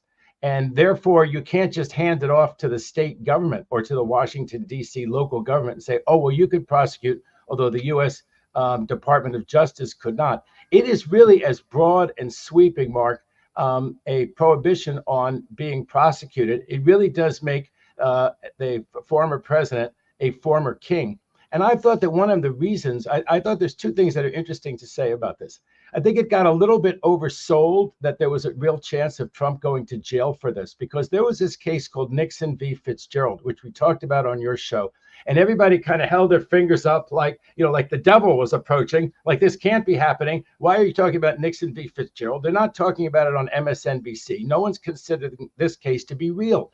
But this case was sitting out there, and what it said was that President Nixon, after he'd been president, could not be sued. He couldn't be sued for an intentional tort. He couldn't be sued for ruining the life of this Fitzgerald guy. He couldn't be sued for doing it allegedly with lies and with bad intent. And that case was 5-4 decades ago. And the 4 dissenters said, are you kidding? This could possibly apply to a criminal act by a former president. And that was the precedent. When everyone said it was unprecedented, no, there was this awful precedent out there, Mark. And that's kind of where we are right now. Now, what one hopes is that if a president does something really horrible, it stops short of killing the Congress. And having left the Congress alive, the Congress can impeach such a president and remove such a president from office. And then the president would cease to be president and would cease doing his or her crimes. But it's all very scary. All the commentators who say that this makes the president and a former president above the law, it does. And that's why all the cynics and comedians, in a quote, say, like you say, well, why don't we have a really bad president like Biden who says, really, I can do all this and I have total impunity and immunity? Why don't I go arrest a few Supreme Court justices? I'm kidding. They should never do that. Biden will never do that. But it is such a wrong, incorrect decision. It's like Dobbs. It's one of those for all time. People will read this 50 years from now, and they will say Dobbs was a terrible receding from precedent. And they'll say this was one of the worst decisions in the history of the U.S. Supreme Court. And this case will go back to the U.S. Supreme Court. But Mark, in the interim, I think that this Judge Chutkan in the U.S. District Court in Washington, D.C. will, but unfortunately after the election, will sort this all out and say that even if the vice presidential ones don't stand the acts with the vice president, because the vice president, they may say, no, it's too much like the Department of Justice, different branch of government, bad intent, whatever you think distinguishes it from what he was trying to do with the Department of Justice, which he has presidential immunity for. There's also presidential immunity for what's quoted in this very long pleading about what happened with the vice president. But there's still things like the slates, right? There's the calls into Georgia. There's things that he did that really, they're not with even federal employees. Many of them aren't employees at all. They're with his gang of co-conspirators who were not government employees at all, like Giuliani and Bannon. They were done with people who, no stretch of the imagination, are they federal officials, like this Raffensperger that he called in the tape recorded call down in Georgia. And he was clearly trying to do things that were ultra virus, that were not within the powers of the president, like whether they counted the vote correctly in Georgia or not. That is not his function. No one can cite a case which says that's his function. This idea that he has some general umbrella power over the entire presidential election and every aspect of it is not true. Kim, did you have something? Yeah, my question is, even if Judge Chutkan says this case can move forward, won't the former president's attorneys appeal it to the Supreme Court to look at the question of immunity? And then, even if Trump loses this election, the case might not move forward because we know how the Supreme Court's going down, right? Well, the Supreme Court cannot tie this case up forever. Even the federal tax returns of Trump's while he was president, which went to the U.S. Supreme Court twice, they did eventually get the tax returns. I mean, at some point, they look like such clowns on the Supreme Court, expediting what they want to expedite and delaying and delaying and delaying everything that involves Trump. I think they'd be the laughingstock of the world, even more than they are now on account of some of their decisions like Dobbs and like this one. So, no, if he loses the election, I think, number one, he's liable to make an overall deal because he'll realize his political future is over. And I think that if he doesn't, the case will go to trial. And when it gets to trial, whatever the U.S. Supreme Court allows to go to trial, there's 7 or 8 different aspects of this interference. It's myriad types of of interference with the election, of not giving up power, trying to not give up power, even though he'd lost and everyone told Trump that he'd lost. And so a jury will convict him. The good news for justice and the rule of law is that whenever this case gets to trial, if the U.S. Supreme Court lets any of it get to trial, Trump seems to be clearly guilty beyond a reasonable doubt of what he's charged with. People say, well, this is even more evidence. The 165 pages tells the best narrative ever. He says on an airplane, Kim, and somebody overhears him, that who cares if you won or lost an election? You got to fight like hell either way. And there's other things which make it absolutely clear that he knows. Pence tells him at one point, and even if the charges against Pence can't come in, this evidence might come in. Pence says to him, look, here's the solution. He says about 10 days after the election, when it's clear Trump has lost, he says, don't concede. Don't concede. Just stop doing all that you're doing and let it happen. He gives him these outs, these off ramps.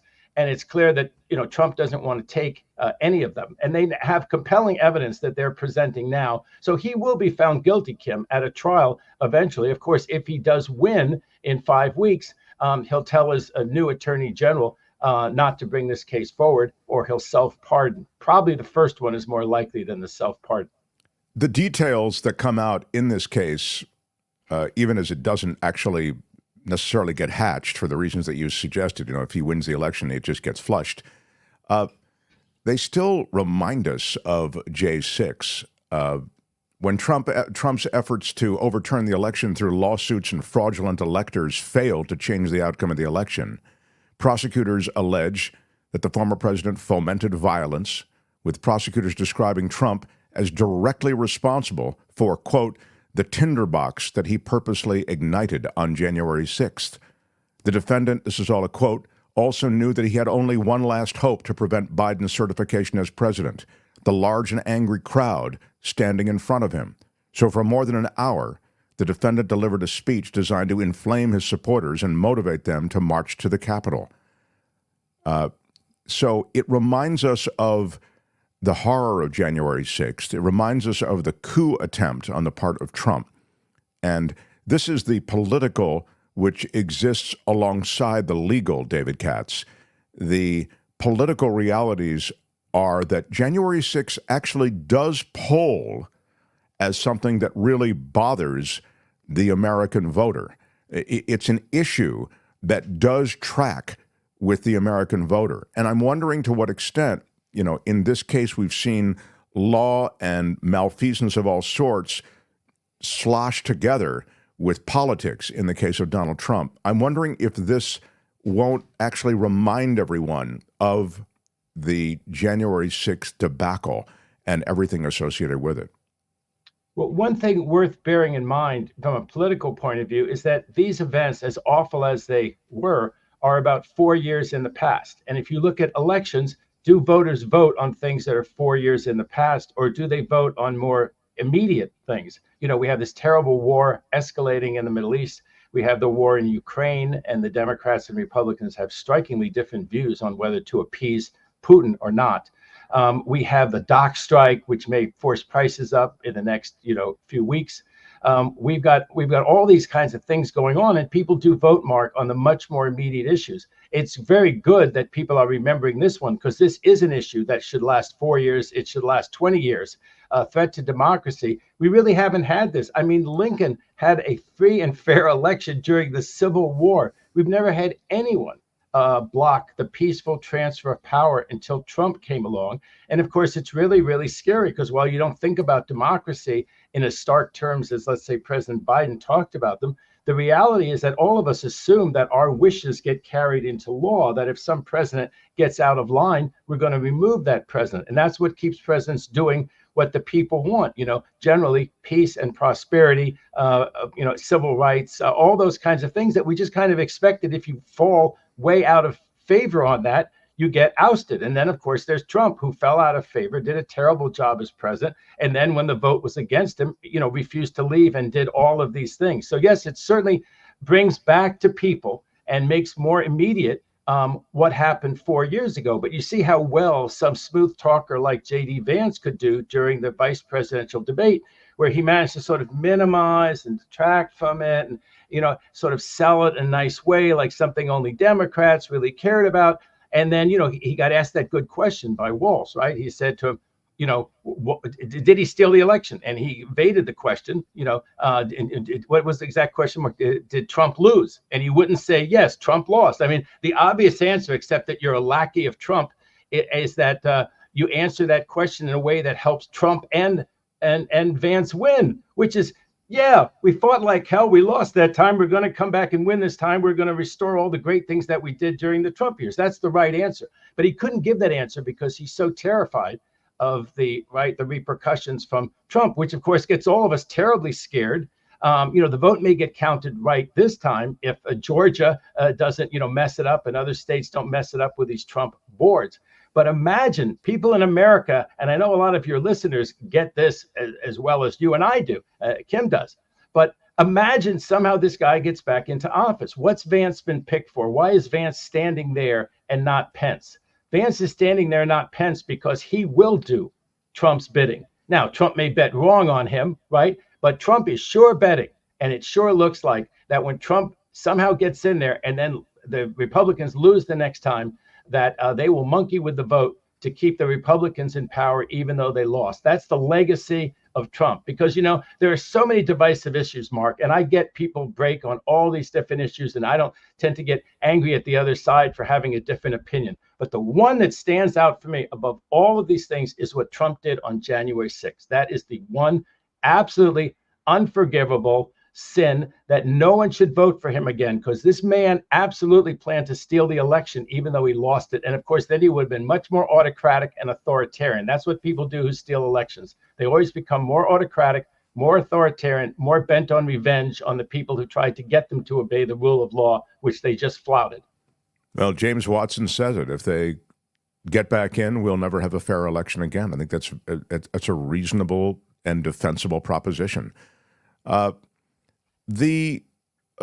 going to say, unless there's something else you want to say about the filing and about what is coming out. I mean, it did and is being played as a huge bombshell.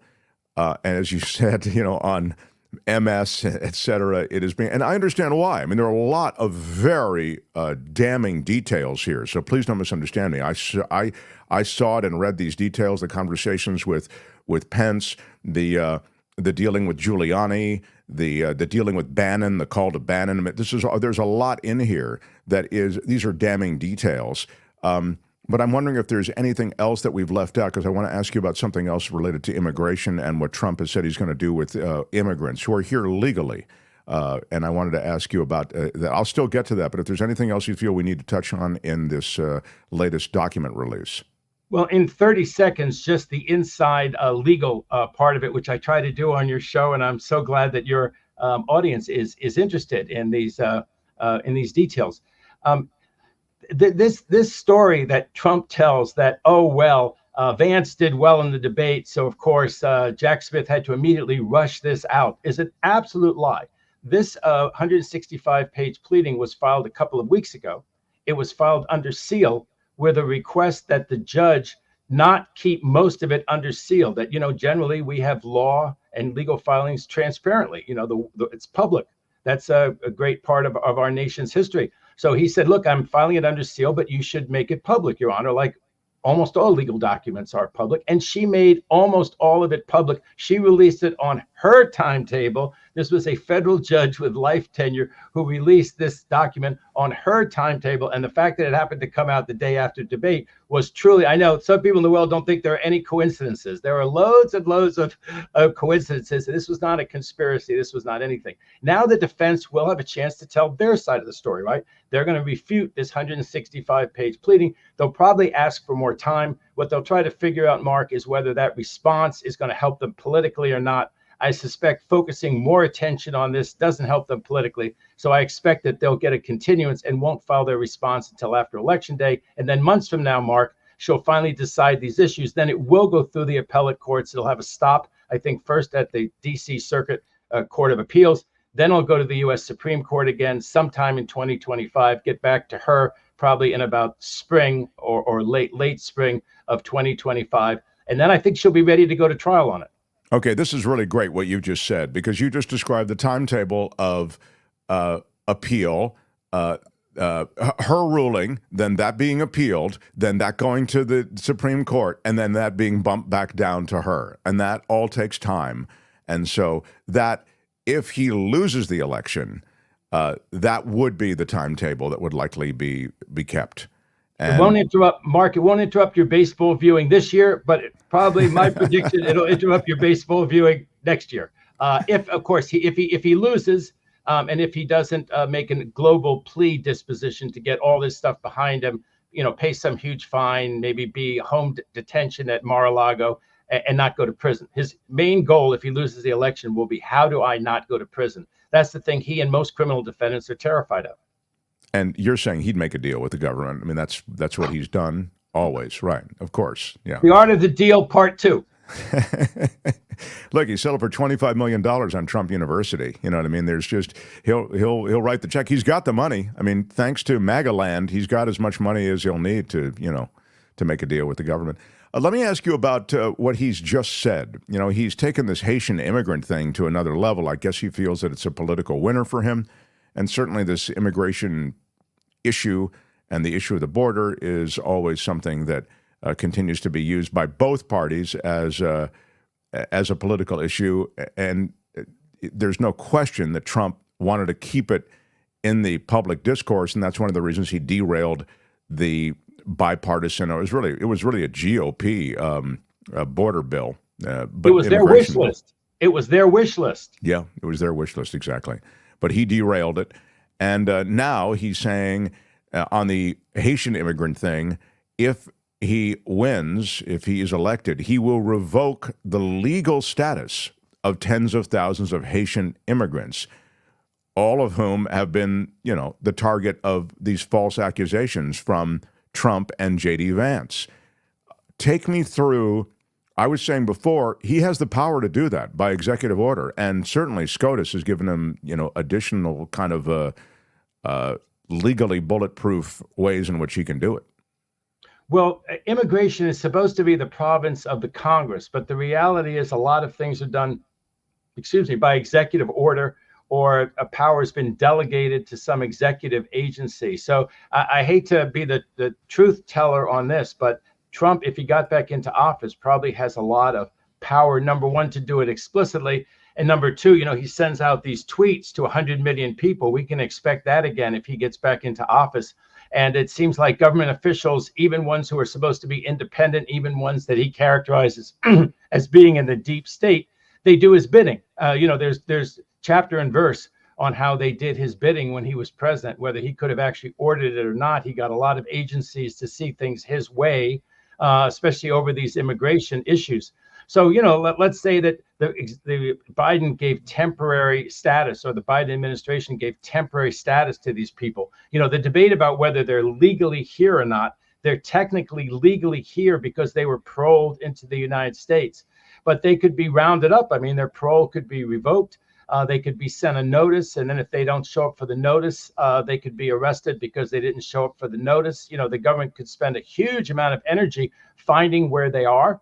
And there could be some, there's all these rules now that they don't arrest you anywhere near a church. They don't arrest you or detain you anywhere near like a sporting event. They don't go to a soccer game of Chivas and suddenly arrest 5,000 people. But there's no reason why, if they sent a lot, and they had arrest warrants for those people. So they could do some things that would be really awful, that are not being done, and it would be incredibly disruptive of the immigrant communities. And of course, that raises the issue, what are they really going to do? Which Vance evaded that question. So you've got all these kids who were born here. You've got these American citizen kids. They're 3 years old. They're 5 years old. You're going to really take their parents because their parents are on temporary status, and you're going to revoke that temporary status. And then you're going to go send, DHS officers out there, ICE officers out there, local police out there working on these federal task forces, these joint task forces. You're going to send mom and dad? You're going to just send dad? How are you going to do that? And the people will be revolted.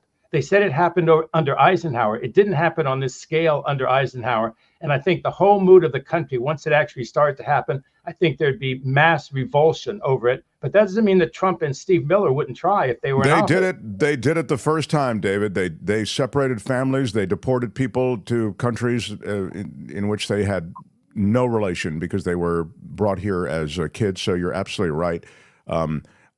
People might have revulsion over it, but I don't know that they would be able to turn it back. And by the way, it's worth noting, these people, these Haitian immigrants, are here in this country under a program that has been in place for decades. It started in 1990. And you know who was president in 1990? I think the older George Bush. Okay, so you're talking about a GOP president who put this program in place, the program that essentially Donald Trump and Stephen Miller and others want to undo. So look, the immigration issue is complicated, but by all yardsticks and measurements, it looks as though these communities that come here under these things like the temporary protected status program or the DACA program, these are incredibly productive immigrant communities. They're free of crime and all the things that Trump is sort of using for political fodder. Well, you know, Mark, I had the first dreamer, they did a TV show about him. His name was Tony, and they did Tony's American Dream. It ran on July 4th years ago, and they coined this expression because Tony's American Dream, the Dreamers. And so I take a lot of credit for that. And my client was prosecuted, and I got the case, pled down to a misdemeanor and no jail time. And the U.S. attorney here was Ali Mayorkas. So I felt that I went a long way toward educating him to what these people were really going through. My client didn't even speak Spanish. He would have been like in that movie, Born in East LA, if he'd have been returned to Mexico. It was a totally foreign country to him, Mexico, because he was brought here when he was 4 or 5 months old, but he didn't have normal papers. So he was one of the dreamers. He's gone on to have a wonderful life. He's married. He has these 3 lovely kids. And that was Tony's American Dream. We were playing wiffle ball in his backyard on July 4th. Oh, that's great. That's great. And the fellow who won the Emmy is one of the ones behind the Menendez brothers documentary right now. And so, I mean, I follow these dreamers forever and the situation forever, and that they haven't done something for the dreamers and DACA. You know, that was supposed to be part of the comprehensive immigration bill that Trump decided was never in his best interest to pursue.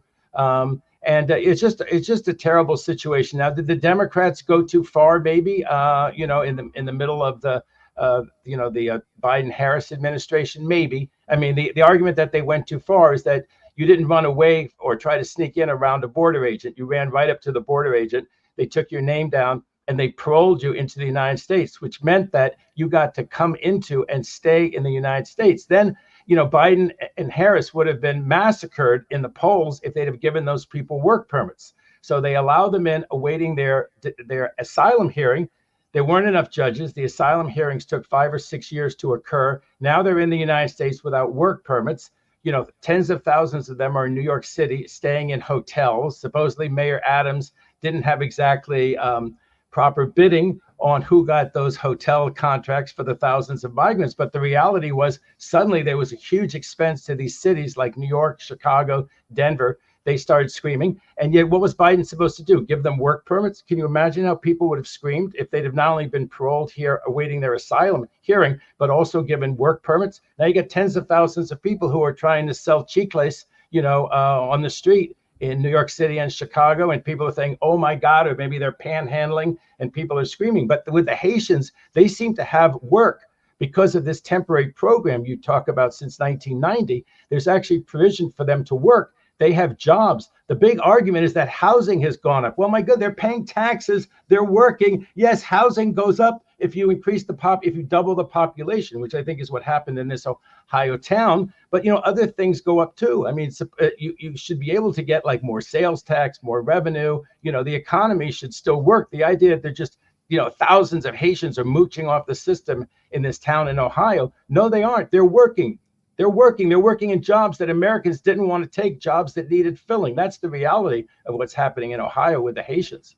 They breathed life into a community that was really struggling, and now it's struggling in different ways associated with the growth of that community and the institutions that were existing for a much smaller population that now have to deal with a swelling population. But I mean, as you say, they were and continue to be a productive part of that community. And it's just it's brutal to think about the fact that they have turned this community on its side for political reasons. It's just despicable. Well, this happened, Mark, this happened when our ancestors came here, and if, let's say that there are 5 of them who've committed terrible crimes allegedly. Can you imagine if somebody pointed out the fact that they were Jewish, or pointed out the fact that they were Irish or Italian when there were these big migrations of Jews and Italians and Irish into the country, to emphasize out of a couple of million people that there are 5 murderers, and to call them either Haitians or to call them people of color or to call them illegal immigrants? You can always do that. That is demonizing. You could have done that with any wave of immigrants, pointed out, 5 or 10 of them who got arrested for some heinous crime. It happened with all the immigrant surges into this country, Mark. I'm just looking at the comments. Bring back the Bracero program, 5 years of work, then offering citizenship. That's right. That was around the 60s. World War II. It started, I think, right after World War II. It went all the way up to LBJ, Mark, and LBJ got a lot of pressure from the unions that once you had these people here working, they might depress union wages. It was not LBJ's finest hour, because the Bracero program, people came here and worked the harvest. And especially in California. And then they were usually Mexicans. They went back to Mexico. This was all legal. And if you had protective agencies, they didn't get exploited. I'm not sure that California and some other states had the kind of protective agencies to look out for the Bracero workers, or the feds did, that they should have. But the system actually, and maybe it's politically incorrect now, but one of the things about Mexicans is that they like Mexico. They love being in Mexico. They like the climate in Mexico. They like the lifestyle in Mexico. They like not having to learn a foreign language. They speak Spanish in Mexico. So what would happen, it was generally male. The male workers would cross the border, work the harvest, and go back. Their wife and kids were in Mexico. So they didn't tax the social agencies. They came, they worked, they made a fair wage. Now, yes, it was under union wages, but when they tried to get, some of these states and communities tried to get rid of these foreign workers, and they had to, I think, Corpus Christi, that was this satire, a day without a Mexican, and they lasted about a week or 2 weeks without a Mexican, and they said, stop already. We can't park our cars. We can't get the restaurants to open. We can't get anybody to do the gardening. We can't get any work done around here. We don't want it. We Anglos don't want it. Bring back the Mexicans. I'm being a little bit satirical, Mark, but now we don't have the Bracero program. We have things like it. We have programs with agricultural workers, and maybe things would have changed. But the idea of families coming here, and then the social service agencies, although the truth, Mark, is that a lot of them are what we call undocumented taxpayers. They come here, they pay into Social Security, they pay into other funds, and they don't ever use them, because since they're working illegally or they don't have proper records, they pay in and they take nothing out. So I've seen economic studies which show that even under the Braceros, the economy had a net gain. And under some of these so-called illegal aliens, these undocumented workers, they're undocumented taxpayers, and they pay in more, Mark, than they ever take out of these U.S. government and state government systems. They want to fly under the radar. So it makes that no sense that they would end up taking more than they give, just as it makes no sense that they would ever show up at a polling place. As I've said over and over, there's no way illegal immigrants are going to a polling place, any place with, For your one vote, you risk 5 years. That one vote. Police. They want nothing to do with police officers or any kind of official-looking person. They want to slip in and slip out and try to provide for their family. Again, that doesn't mean every illegal immigrant should be here and be allowed to, that there shouldn't be some plan and strategy moving forward. But the idea that they're voting is absurd. Last thing is that political gambling is cleared. Apparently the appeals court in Washington, this just happened yesterday, cleared the way for a financial exchange startup to revive the first fully regulated election betting markets in the U.S. They have these in Britain. They're very big. But this 3-judge panel lifted a temporary freeze on the markets, and they rejected an emergency bid from Wall Street regulators to halt trading, pending a full appeal of a lower court decision in favor of this startup. Now they'll be able to once again offer trading on whether Republicans or Democrats will control Congress and even who'll win the presidency, though. So there's a whole arbitrage going on the political futures market, and the court has ruled that it's okay. this came up about 3 weeks ago. There was a decision from the U.S. District Court in New York, and Fox New York, I'm on there all the time. Fox New York covered this. So I'm actually, looked up the issue then. And if it's the same issue, which I think it is, and a lot of people think it's a terrible idea and we shouldn't allow betting on elections, that people will fix elections. There'll be this huge motivation to fix elections.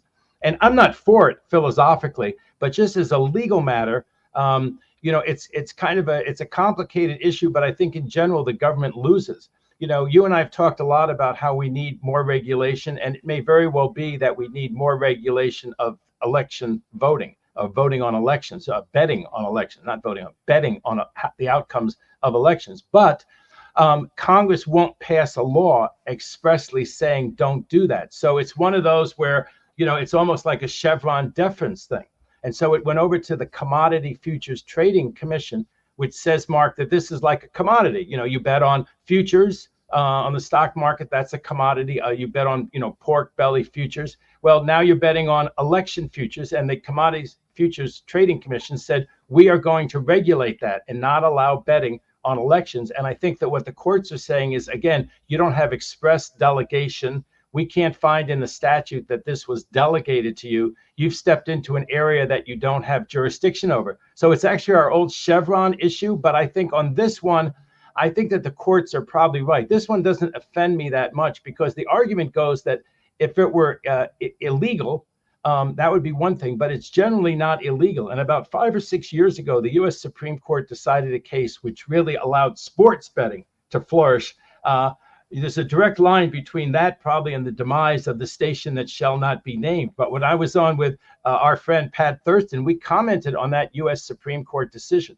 So if you're looking at what the U.S. Supreme Court is going to do, I don't think that this is going to be a friendly place for the government on this issue. So if you want to bet on the presidential election and you don't want to do it by buying Truth Social stock, because that's another way to bet on the election. That stock, you could wallpaper your bathroom if Trump loses with your Trump Social stock.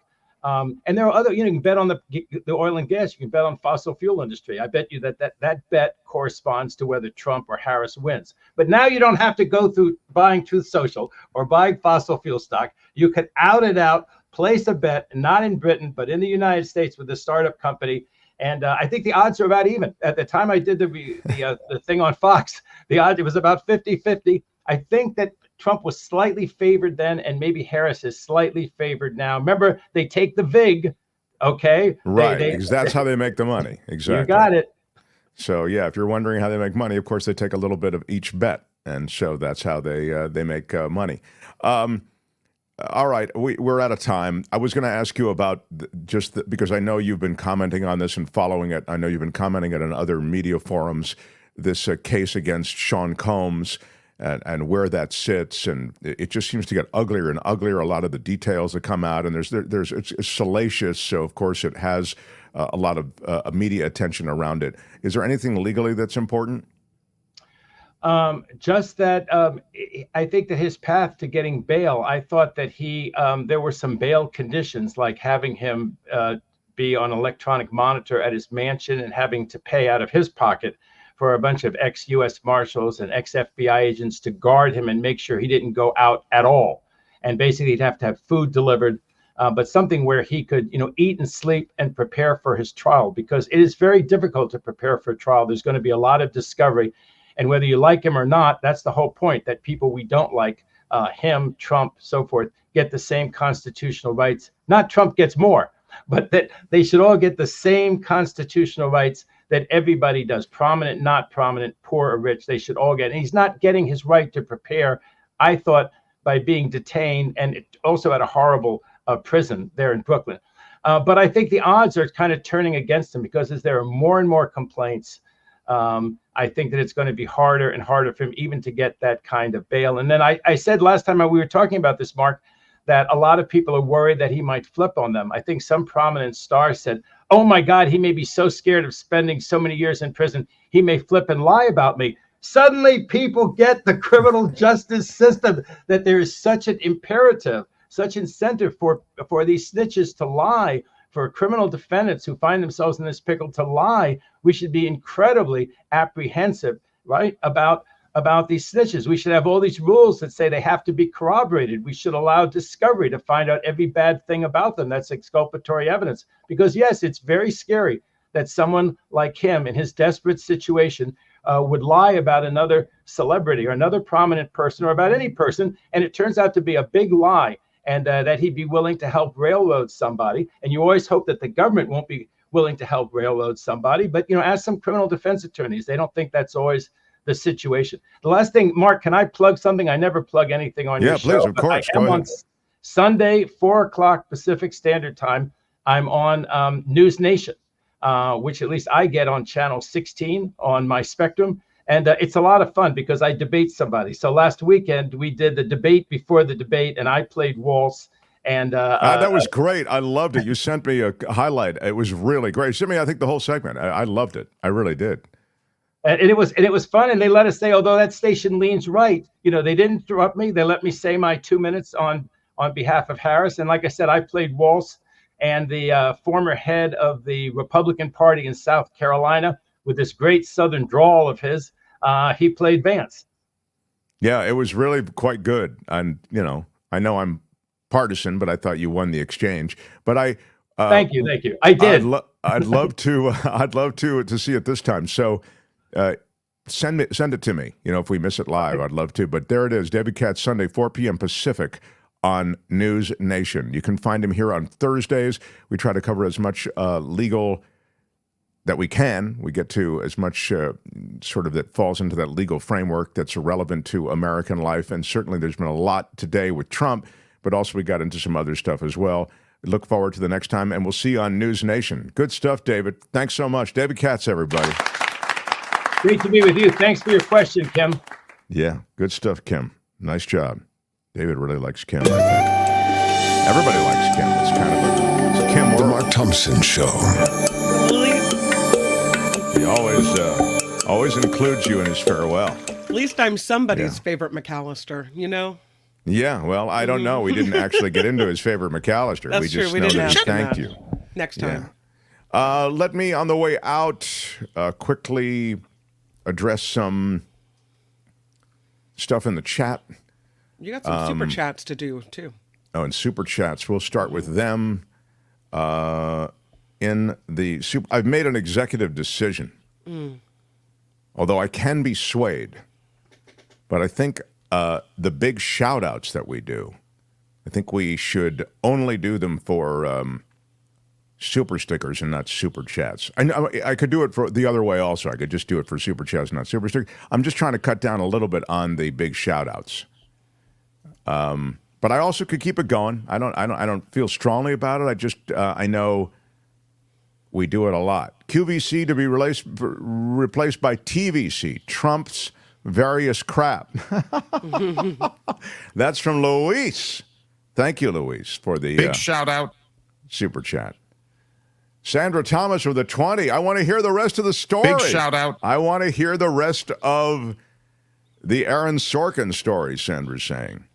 So there were people clamoring, and there they were wanting you to sign scripts, and you said, no, I'm not him, and they insisted, and then what?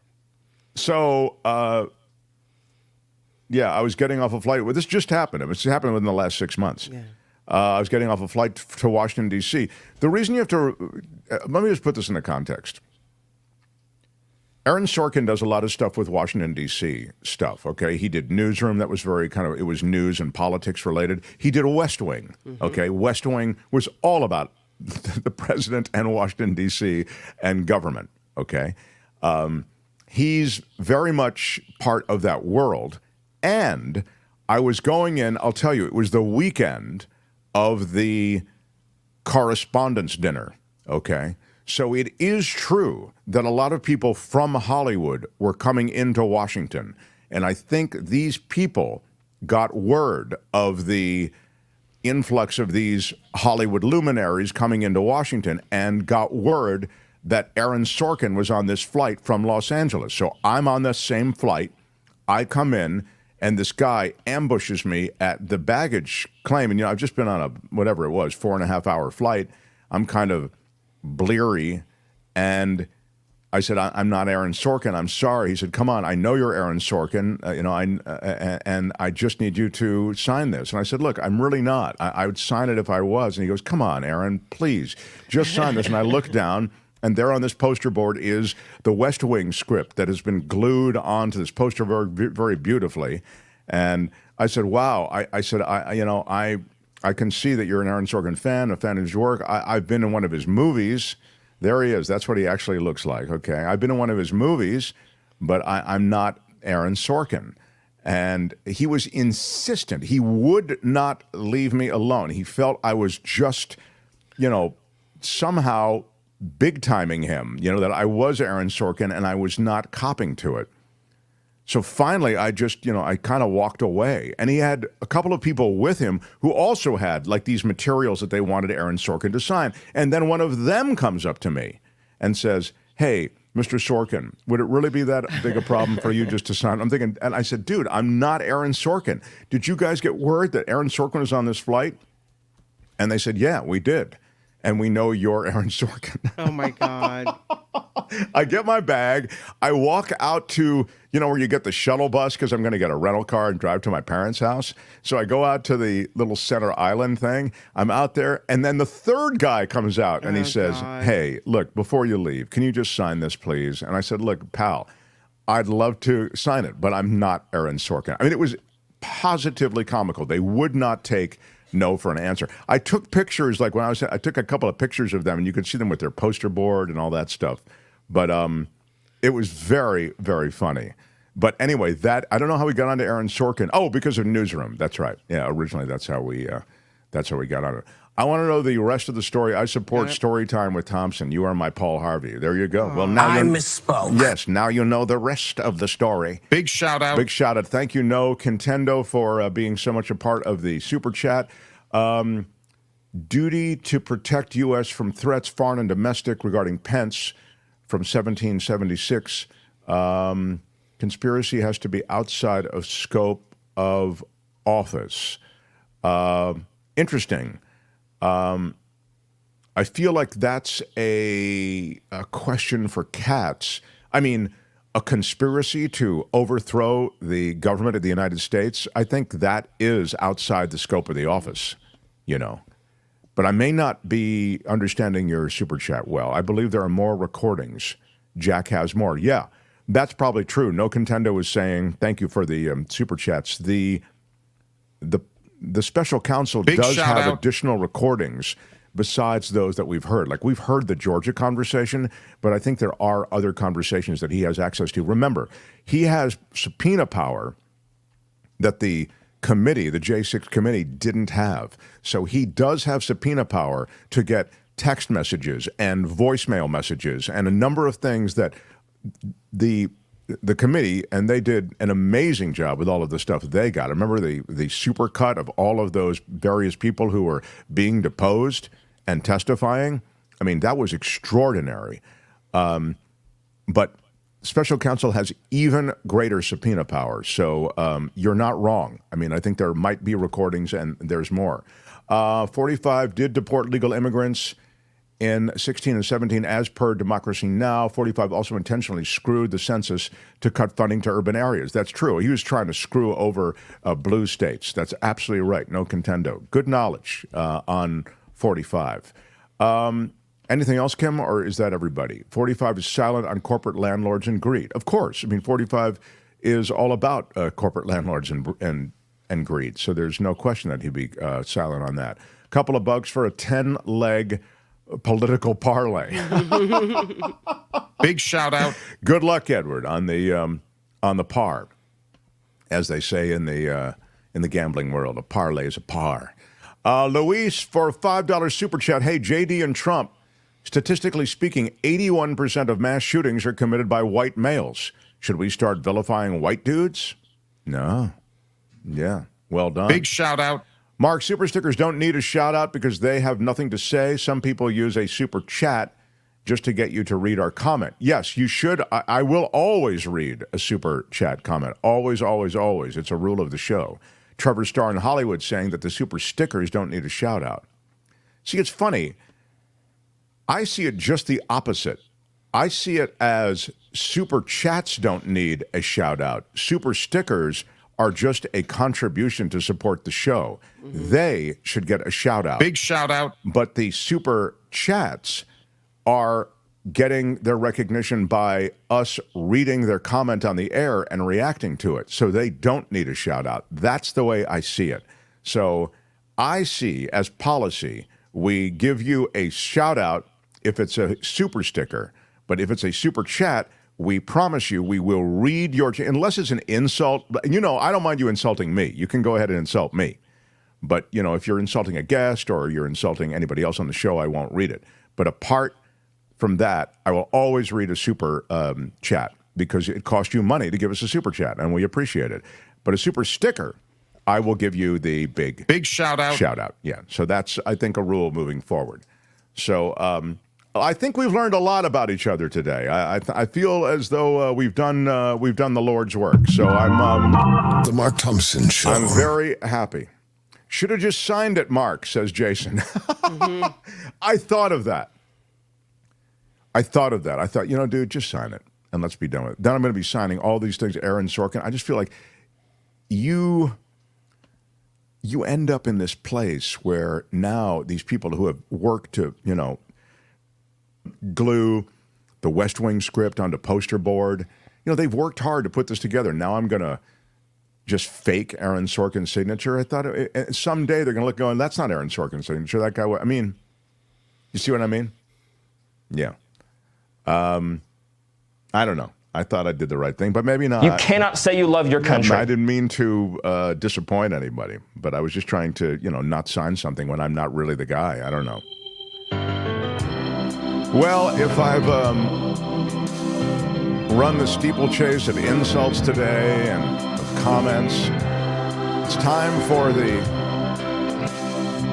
Mark Thompson cruise ship of fun to settle in over the horizon on its way to the Friday port. And Friday, we have Michael Shore weighing in. We have Friday Fabulous Florida. More fallout from this Trump release of the legal documents. And Michael Snyder, the Culture Blaster, on what things. The Joker movie comes out this weekend, by the way. I think it's released tomorrow. So that's Joker 2, you know, part 2. Kim is next with the After Party Live, and thanks everybody who participated in our show and supports us. And now I'm shout out Stevens for the Mark Thompson Show.